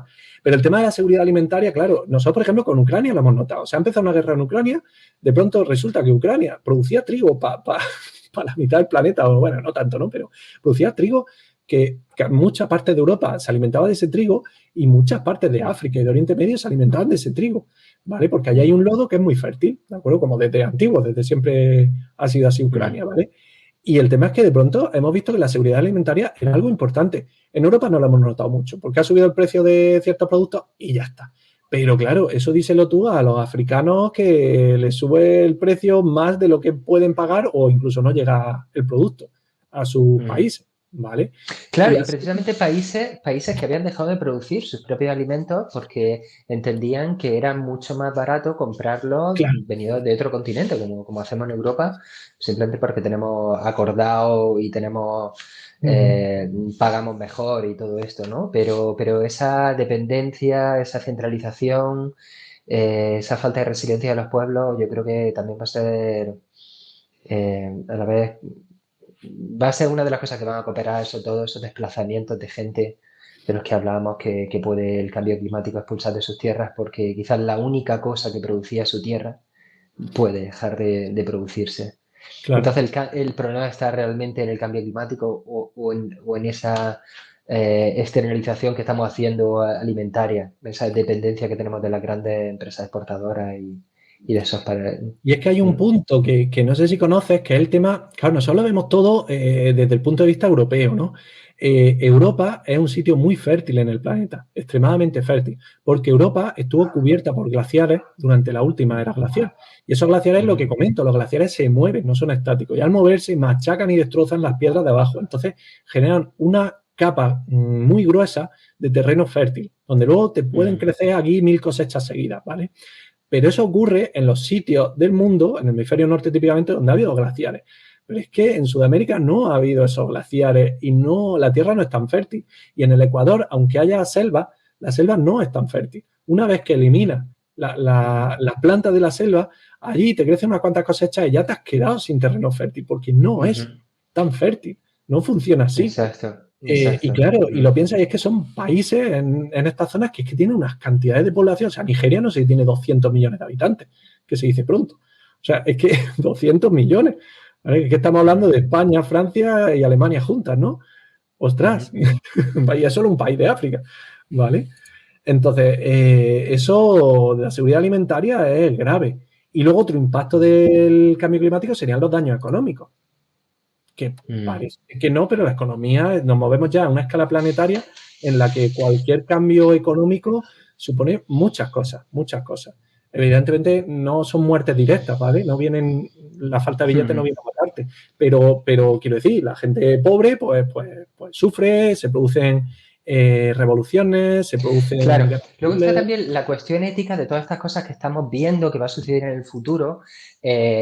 Todos los medios que estamos poniendo como esa transformación de la economía energética hacia las renovables, por ejemplo, o la implantación pues, derivado de esto, ¿no? Como la implantación del coche eléctrico, etcétera, etcétera. Todo lo que estamos invirtiendo en este tipo de cosas Una de las quejas también es como que en vez de invertir el dinero directamente en poner la tirita, estamos invirtiendo, es decir, en vez de, por ejemplo, hay un agujero en el suelo y no hemos tropezado y no hemos caído y no hemos hecho sangre, ¿no? Hay mucha gente que ya está sufriendo el cambio climático, ¿no? Ya se ha pegado a la La molla. ecoansiedad. Sí, sí, sí. No, no, pero eso, claro, está relacionado con esto, quizás también. No, pero quiero decir, estamos poniendo más esfuerzo en solucionar en que esto vaya más que en ocuparnos de la gente que ya está sufriendo. Es decir, todas las subvenciones que se están dando a la transformación Ujú. energética se podrían estar dando a quizás poner aire acondicionado en los colegios, que son una olla express, o todo ese dinero que se está dando a los países para que hagan su transformación energética también se podría estar dando para alimentarlos directamente, ¿no? Entonces, no entiendo tampoco de política global, pero esta es una de las cosas que estamos prestando más atención a la gente que pueda vivir en el futuro que la gente que está sufriendo ya en el presente. A ver, pero ya, pero es que, vale, pero ¿y entonces qué hacemos? O sea, ¿tenemos derecho la humanidad actual No, a no, no, no, yo ubicar en el este sentido, futuro? en este ¿Quién tiene sentido más derecho? yo creo que nos debemos a nuestros hijos, ¿no? Estoy al 100% con la máxima esta de que la tierra no es algo que le dejamos a nuestros hijos, sino un préstamo que ellos nos han hecho. Ujú. Esta tierra nos la han prestado ellos y sí que creo, como decían los indios nativos americanos, que tenemos que estar pensando en las siguientes 7 generaciones, no en la presente. Ujú. Entonces, sí, yo entiendo que todo este tipo de cosas sí que merece la pena hacerse. Sí, el tema de la responsabilidad con las generaciones futuras, pues una de las cosas, claro, que más agobia, ¿no? Es decir, vale, nosotros seguramente no veamos nada apocalíptico y tal, pero nuestros hijos igual ya empiezan a ver cosas, y nuestros nietos, y nuestros bisnietos, y ¿cuántas generaciones Mm, hacen falta? ¿Vale? Hubo una política madrileña que dijo, nada, pues eso del cambio climático es para dentro de 150 años, ya, pues no, pero ¿y dentro de 150 años qué? Lo mm, que pasa es que hay gente que, claro, que habla de que son optimistas tecnológicos, ¿vale? En lugar de escépticos tecnológicos. Y entonces confían en que ya surgirá algo y lo solucionaremos. Es como lo que he comentado, ¿no? De los fertilizantes. Estaba viendo problemas ya con el tema de los fertilizantes naturales y demás. Pero, oye, surgió un desarrollo tecnológico y de pronto, amigo, ya tenemos fertilizantes tal, ya podemos subir hasta 8.000 millones o hasta 10.000 millones. mm, Y pues con esto ocurre lo mismo. ¿Surgirá algo en el futuro, la fusión fría o algo así, que de pronto diga, no, ya está, se acabó el problema, ya con esto lo solucionamos, ¿no? O, como quiere Elon Musk, mm, ¿no? Montamos colonias en Marte y empezamos a enviar gente allí, se acabó la superpoblación y por tanto ya se soluciona bastante el problema. Ese es otro de los problemas que yo veo filosóficos también, ¿no? Que está habiendo movimientos de gente que dice que la solución para esto, o sea, el problema real no es la contaminación, eso es una consecuencia de que somos muchos. Entonces, el problema es que somos muchos. Pero claro, el problema infinitamente grave que veo ahí es ¿y quién sobra? ¿Sobro yo? mm. ¿Sobras tú? ¿Sobras tú que me Claro, estás viendo? O sea, ¿o sobra sí. el hemisferio sur? ¿Quién es el que sobra? ¿Vale? ¿Y dónde cortamos? ¿Controles de natalidad? Bueno, ahí, no, sí, sí, efectivamente. Ahí, pero es curioso, ¿no? Cómo eso se está produciendo simultáneamente con esta falta de descendencia que estamos teniendo en los países precisamente más desarrollados, ¿no? No sé hasta qué punto se está equilibrando esto. Es Yo creo un, que... Es un problema lo de la natalidad, por ejemplo, lo de Israel y Gaza, bueno, esto lleva desde que se fundó, ¿no? El Estado de Mm, Israel, pero el caso es que yo recuerdo haber leído, pues como hace 20 años, ¿vale? Un análisis político-militar que hacían de la situación y demás, que decía, vamos, el problema que está teniendo Israel es que la media natalidad en los palestinos no sé si era de 8 hijos por mujer o algo por pareja o algo así, ¿no?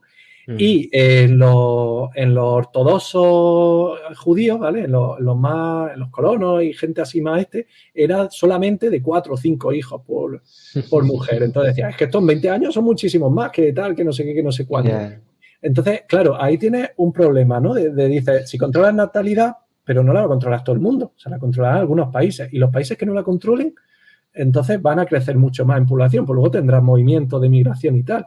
En Europa ahora mismo estamos viendo lo que ocurre cuando, lo que has comentado es que es un proceso natural. Cuando eres más rico, ¿vale? Se me ha olvidado, lo de Israel y Gaza, comentaba en ese estudio que la solución no era tener más soldados, ni más tanques, ni buscar a los terroristas, ni cosas de esas, sino que era darles más dinero a los palestinos.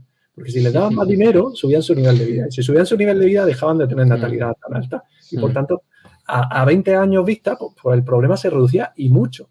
Pero bueno, ese tipo de cosas, 20 años vista, es complicado de hacer para el humano. No pensamos tan al futuro. Y el tema de la natalidad, claro, es un problema en los dos sentidos. Porque si cortas la natalidad, tiene el problema que estamos teniendo en Europa de población envejecida y demás, ¿vale? O en Japón. La pirámide invertida. Claro, y es un problema muy grave y muy serio. Pero a la vez, si tiene mucha natalidad, pues la población sigue creciendo. Como la mortalidad ha bajado tantísimo, porque ya la enfermedad no nos mata tanto como antes, o tardamos mucho más en morir. La mortalidad infantil, sobre todo, eso es lo más grave. En la Edad Media había gente que llegaba a los 80 y a los 90 años. No era, hombre, era difícil, pero no era tan raro, ni era tan especial. Lo que pasaba en la Edad Media es que si tenías 5 niños, con suerte 2 te llegaban a la edad adulta.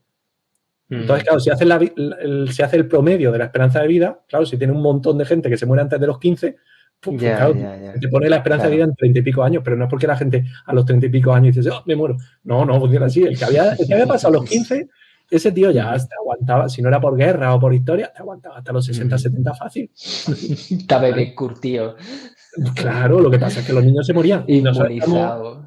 Claro, y nosotros ahora estamos acostumbrados a una sociedad en la que realmente, por suerte, el que se muera un niño es una tragedia y algo raro. O sea, ¿cuántos niños conocemos que se hayan muerto o bebés y tal en nuestra vida? Muy poco, muy poco. Es que la mortalidad infantil ha caído, y no solo en los países desarrollados, en general en todo el mundo.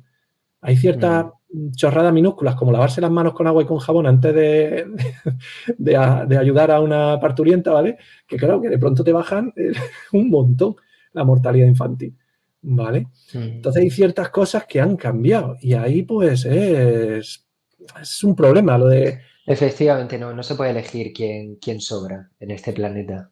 Tenemos que tirar para adelante con lo que tenemos, tenemos que tirar para adelante con esta cantidad de ser humano y hacerlo lo mejor que podamos, ¿no? Otra cuestión filosófica que se me ocurre, a ver qué opina de esto del cambio climático, ¿vale?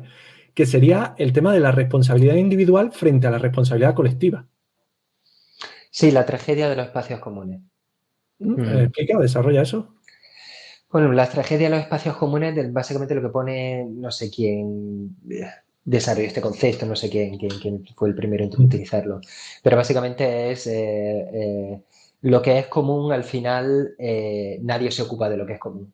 Ya, yo, por ejemplo, vivo en una comunidad de vecinos en la cual no hay una constitución escrita de quién tiene que ocuparse de los jardines. Y al final todo el mundo se ocupa del jardín que hay delante de su casa. Aunque todos los espacios comunes son de todo el mundo, tú te ocupas del que hay delante de tu casa y solamente del que hay delante de tu casa. Y entonces hay esquinas donde puede haber velociraptor ahí metidos, claro que no.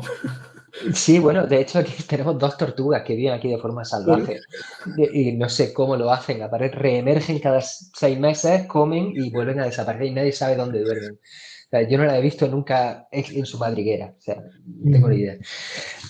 Y no es tan grande el sitio este, ya lo sabes. Y entonces, pues esto es la tragedia de los comunes. La tragedia de los comunes tiene mucho que ver con el dilema del prisionero también, ¿no? Este dilema de que separan a 2 personas y entonces le dicen si inculpa a la persona que está en la habitación de al lado, con la cual no puede hablar, y esa persona no te inculpa a ti, pues entonces tú sales libre. Si os inculpáis mutuamente, los dos cumplís, no sé, creo que eran como 5 años de cárcel. Pero si él te inculpa a ti y tú no le inculpas a él, entonces tú te comes 15 años de cárcel.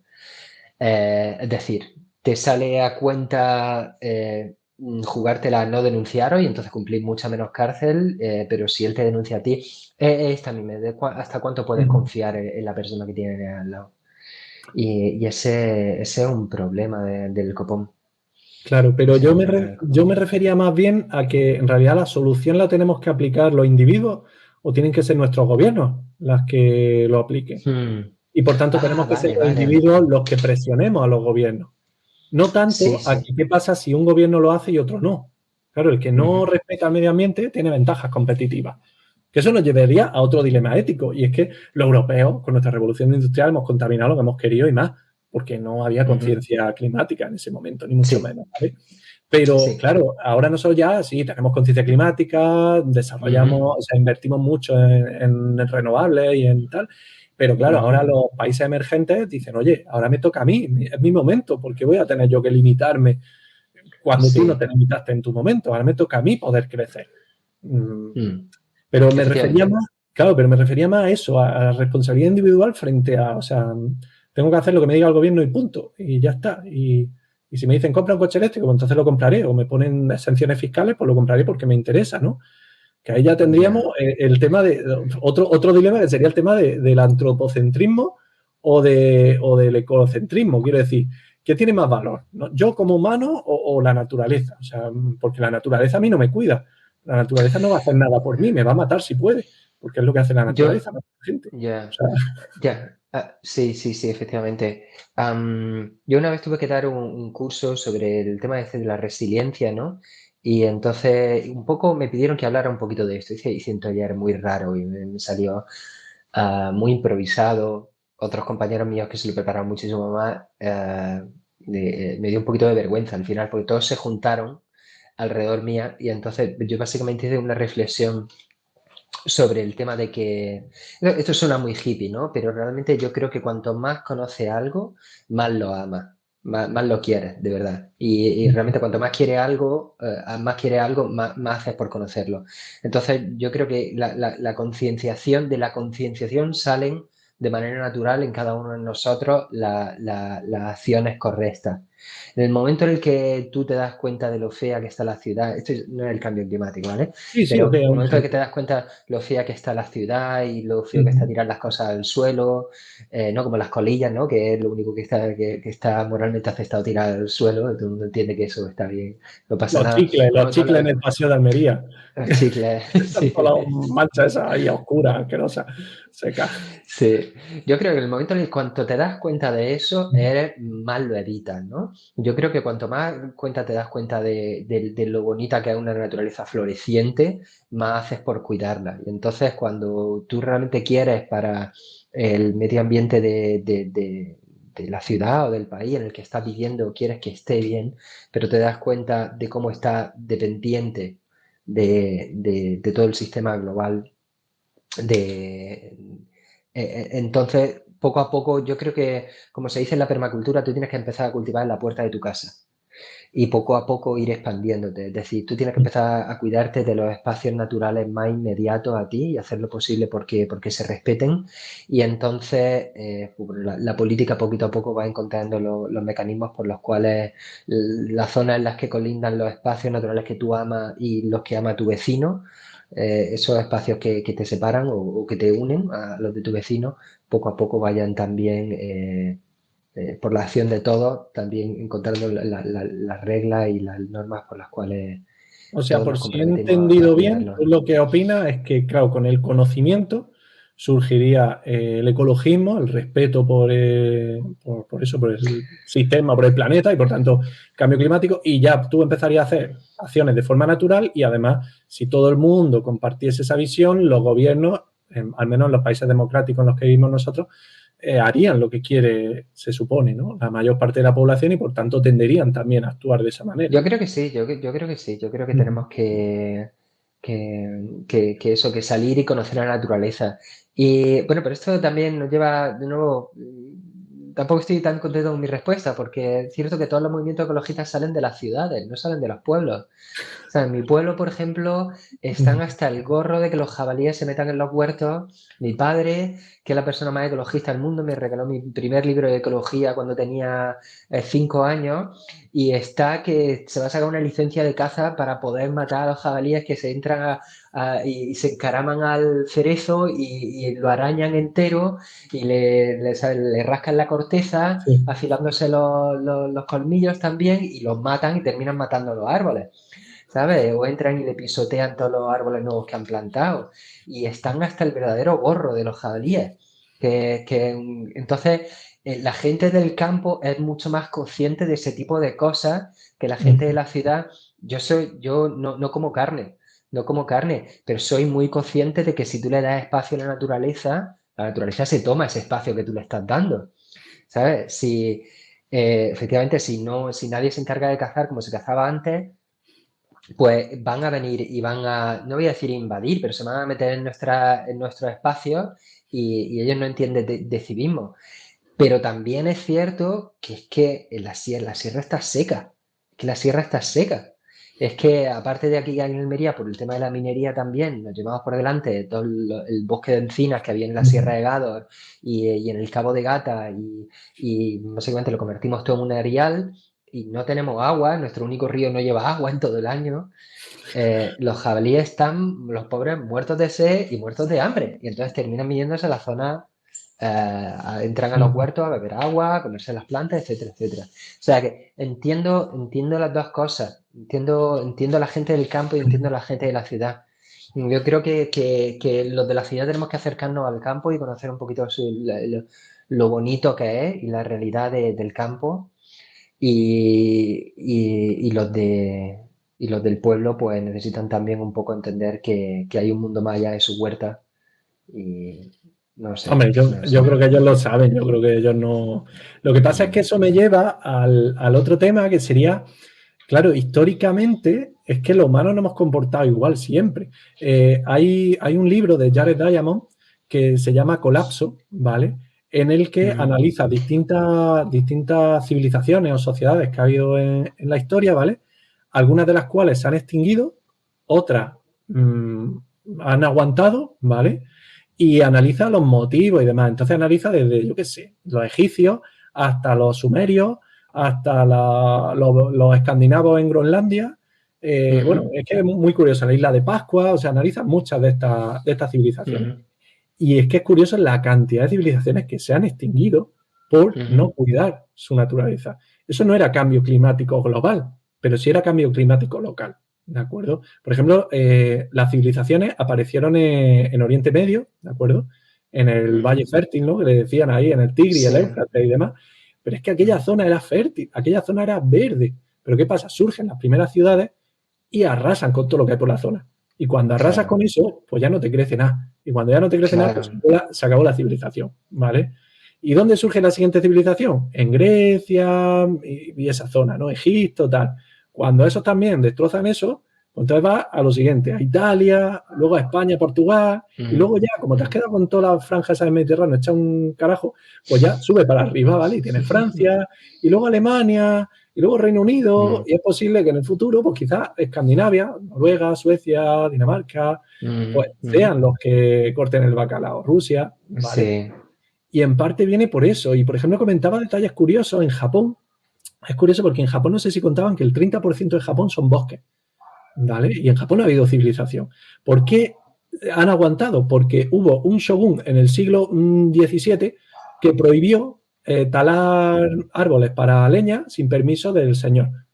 Entonces, ¿qué pasa? Tú podías regarte, tú podías sacar tu hacha por la noche e ir a cortar leña, pero como te pillasen, te cortaban la cabeza, ¿vale? O sea, entonces, la gente no cortaba los árboles sin permiso del señor. Por tanto, no se respetaba a los bosques, pero porque si no, por la ley, quiero decir, un shogun, no por idea ecologista, sino le entra en la cabeza el hacer eso, y eso hace que... Ya una especie de despotismo ilustrado, por así decirlo. No, ni siquiera porque pero no iba con la voluntad ecológica, era pues porque le entraría en la cabeza. Esto es como en Groenlandia, que no comían pescado. O sea, los escandinavos que se establecieron allí, ¿vale? Al final...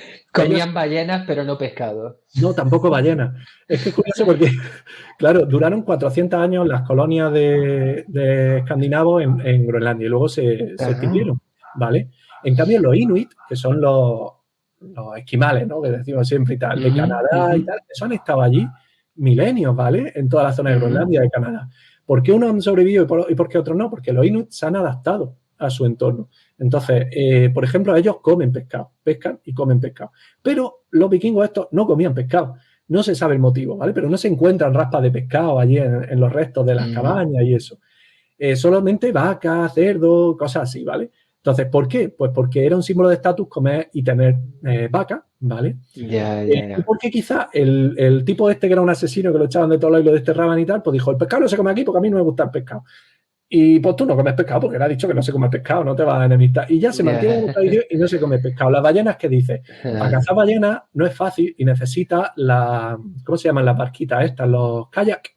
son kayaks, lo de los Ajá. Inuit, ¿vale? Que básicamente eso era Ajá. una estructura con maderita, pero maderitas escasísimas, porque allí no hay apenas árboles, ¿vale? Entonces Sí. tienes que optimizar la madera al máximo. Y con pieles de foca cosidas hace una envoltura Mm. impermeable.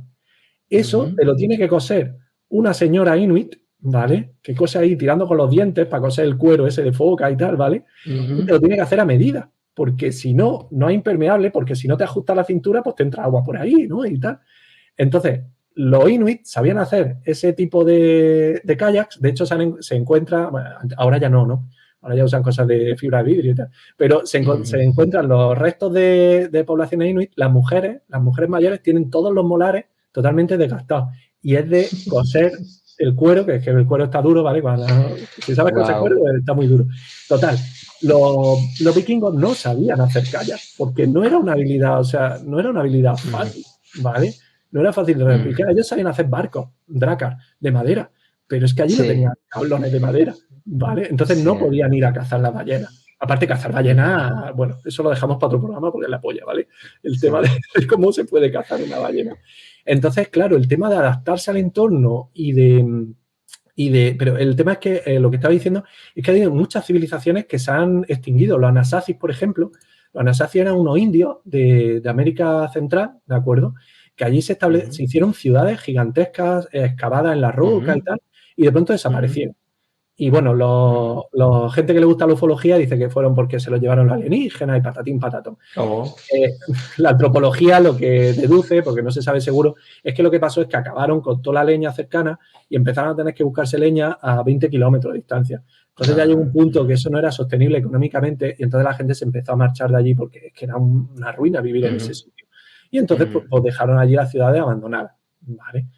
Y es lo que Ujú. se comenta. Pero el caso es que desde siempre la humanidad ha ido, llega a un sitio, extrae todos los recursos, destroza el sitio y se va a otro. El problema es que Sí. ya la humanidad hemos llegado a un sitio, ya estamos a nivel planetario y no tenemos ningún sitio a donde irnos. Y ya no es fácil, ya no, dice, ya no me puedo escapar, ya Ya. estoy aquí.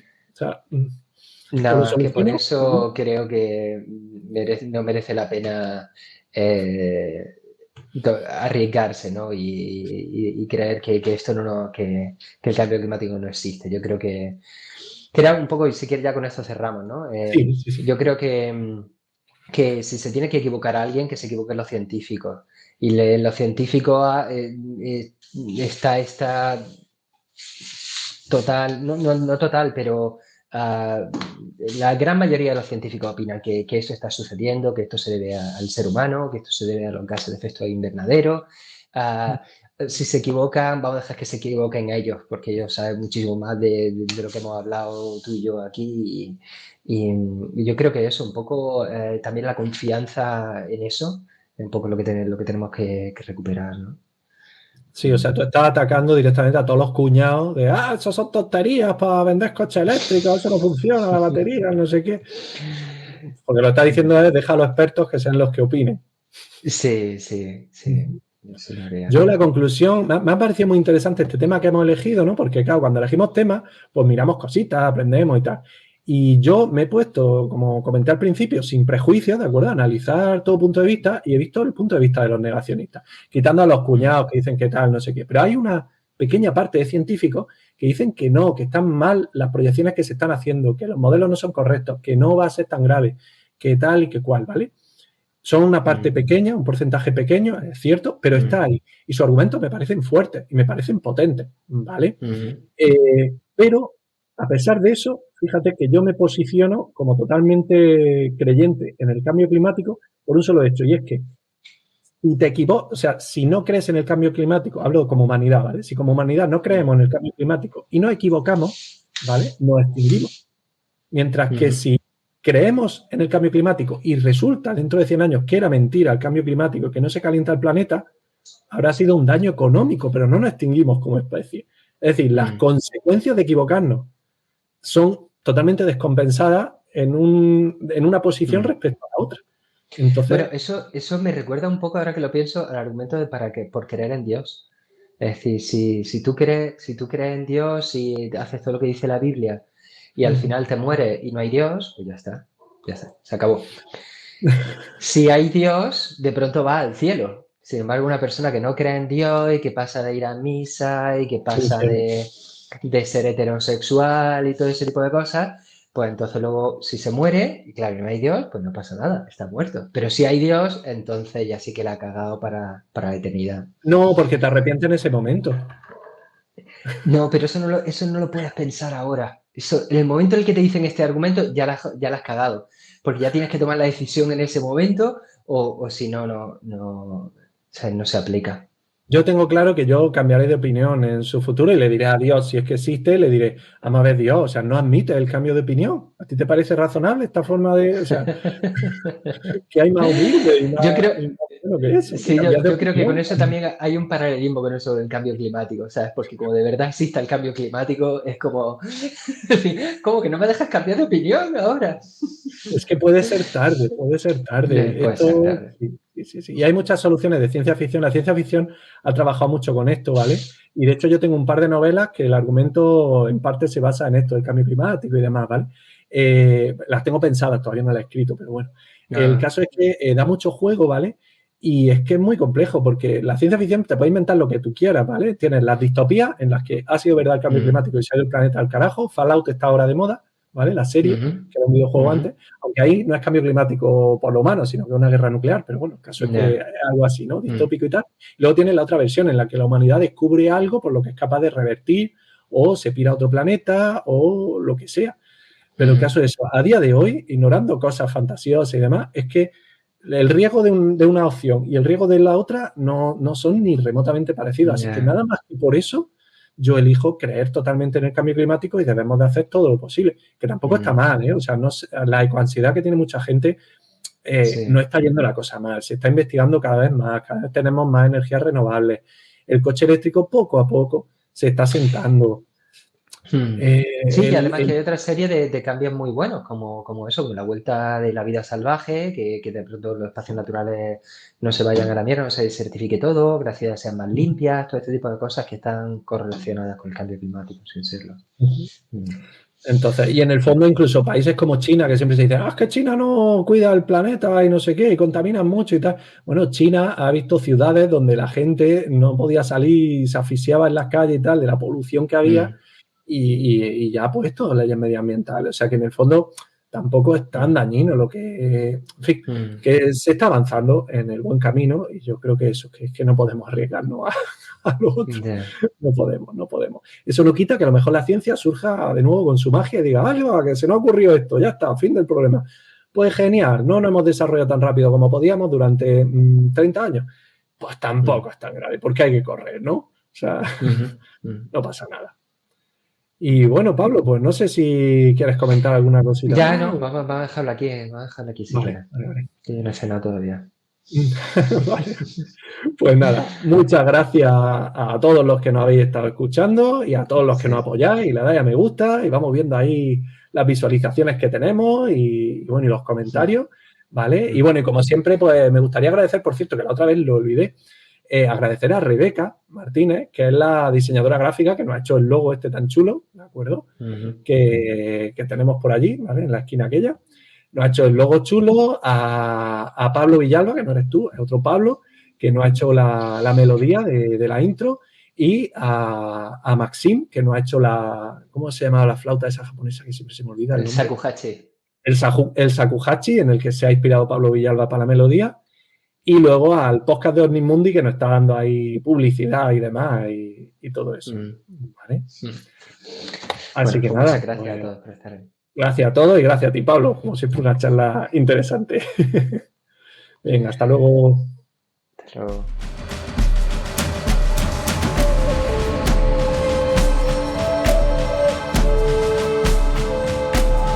Esto es Filosofía Inútil, donde encontrarás charlas dialécticas entre viejos amigos.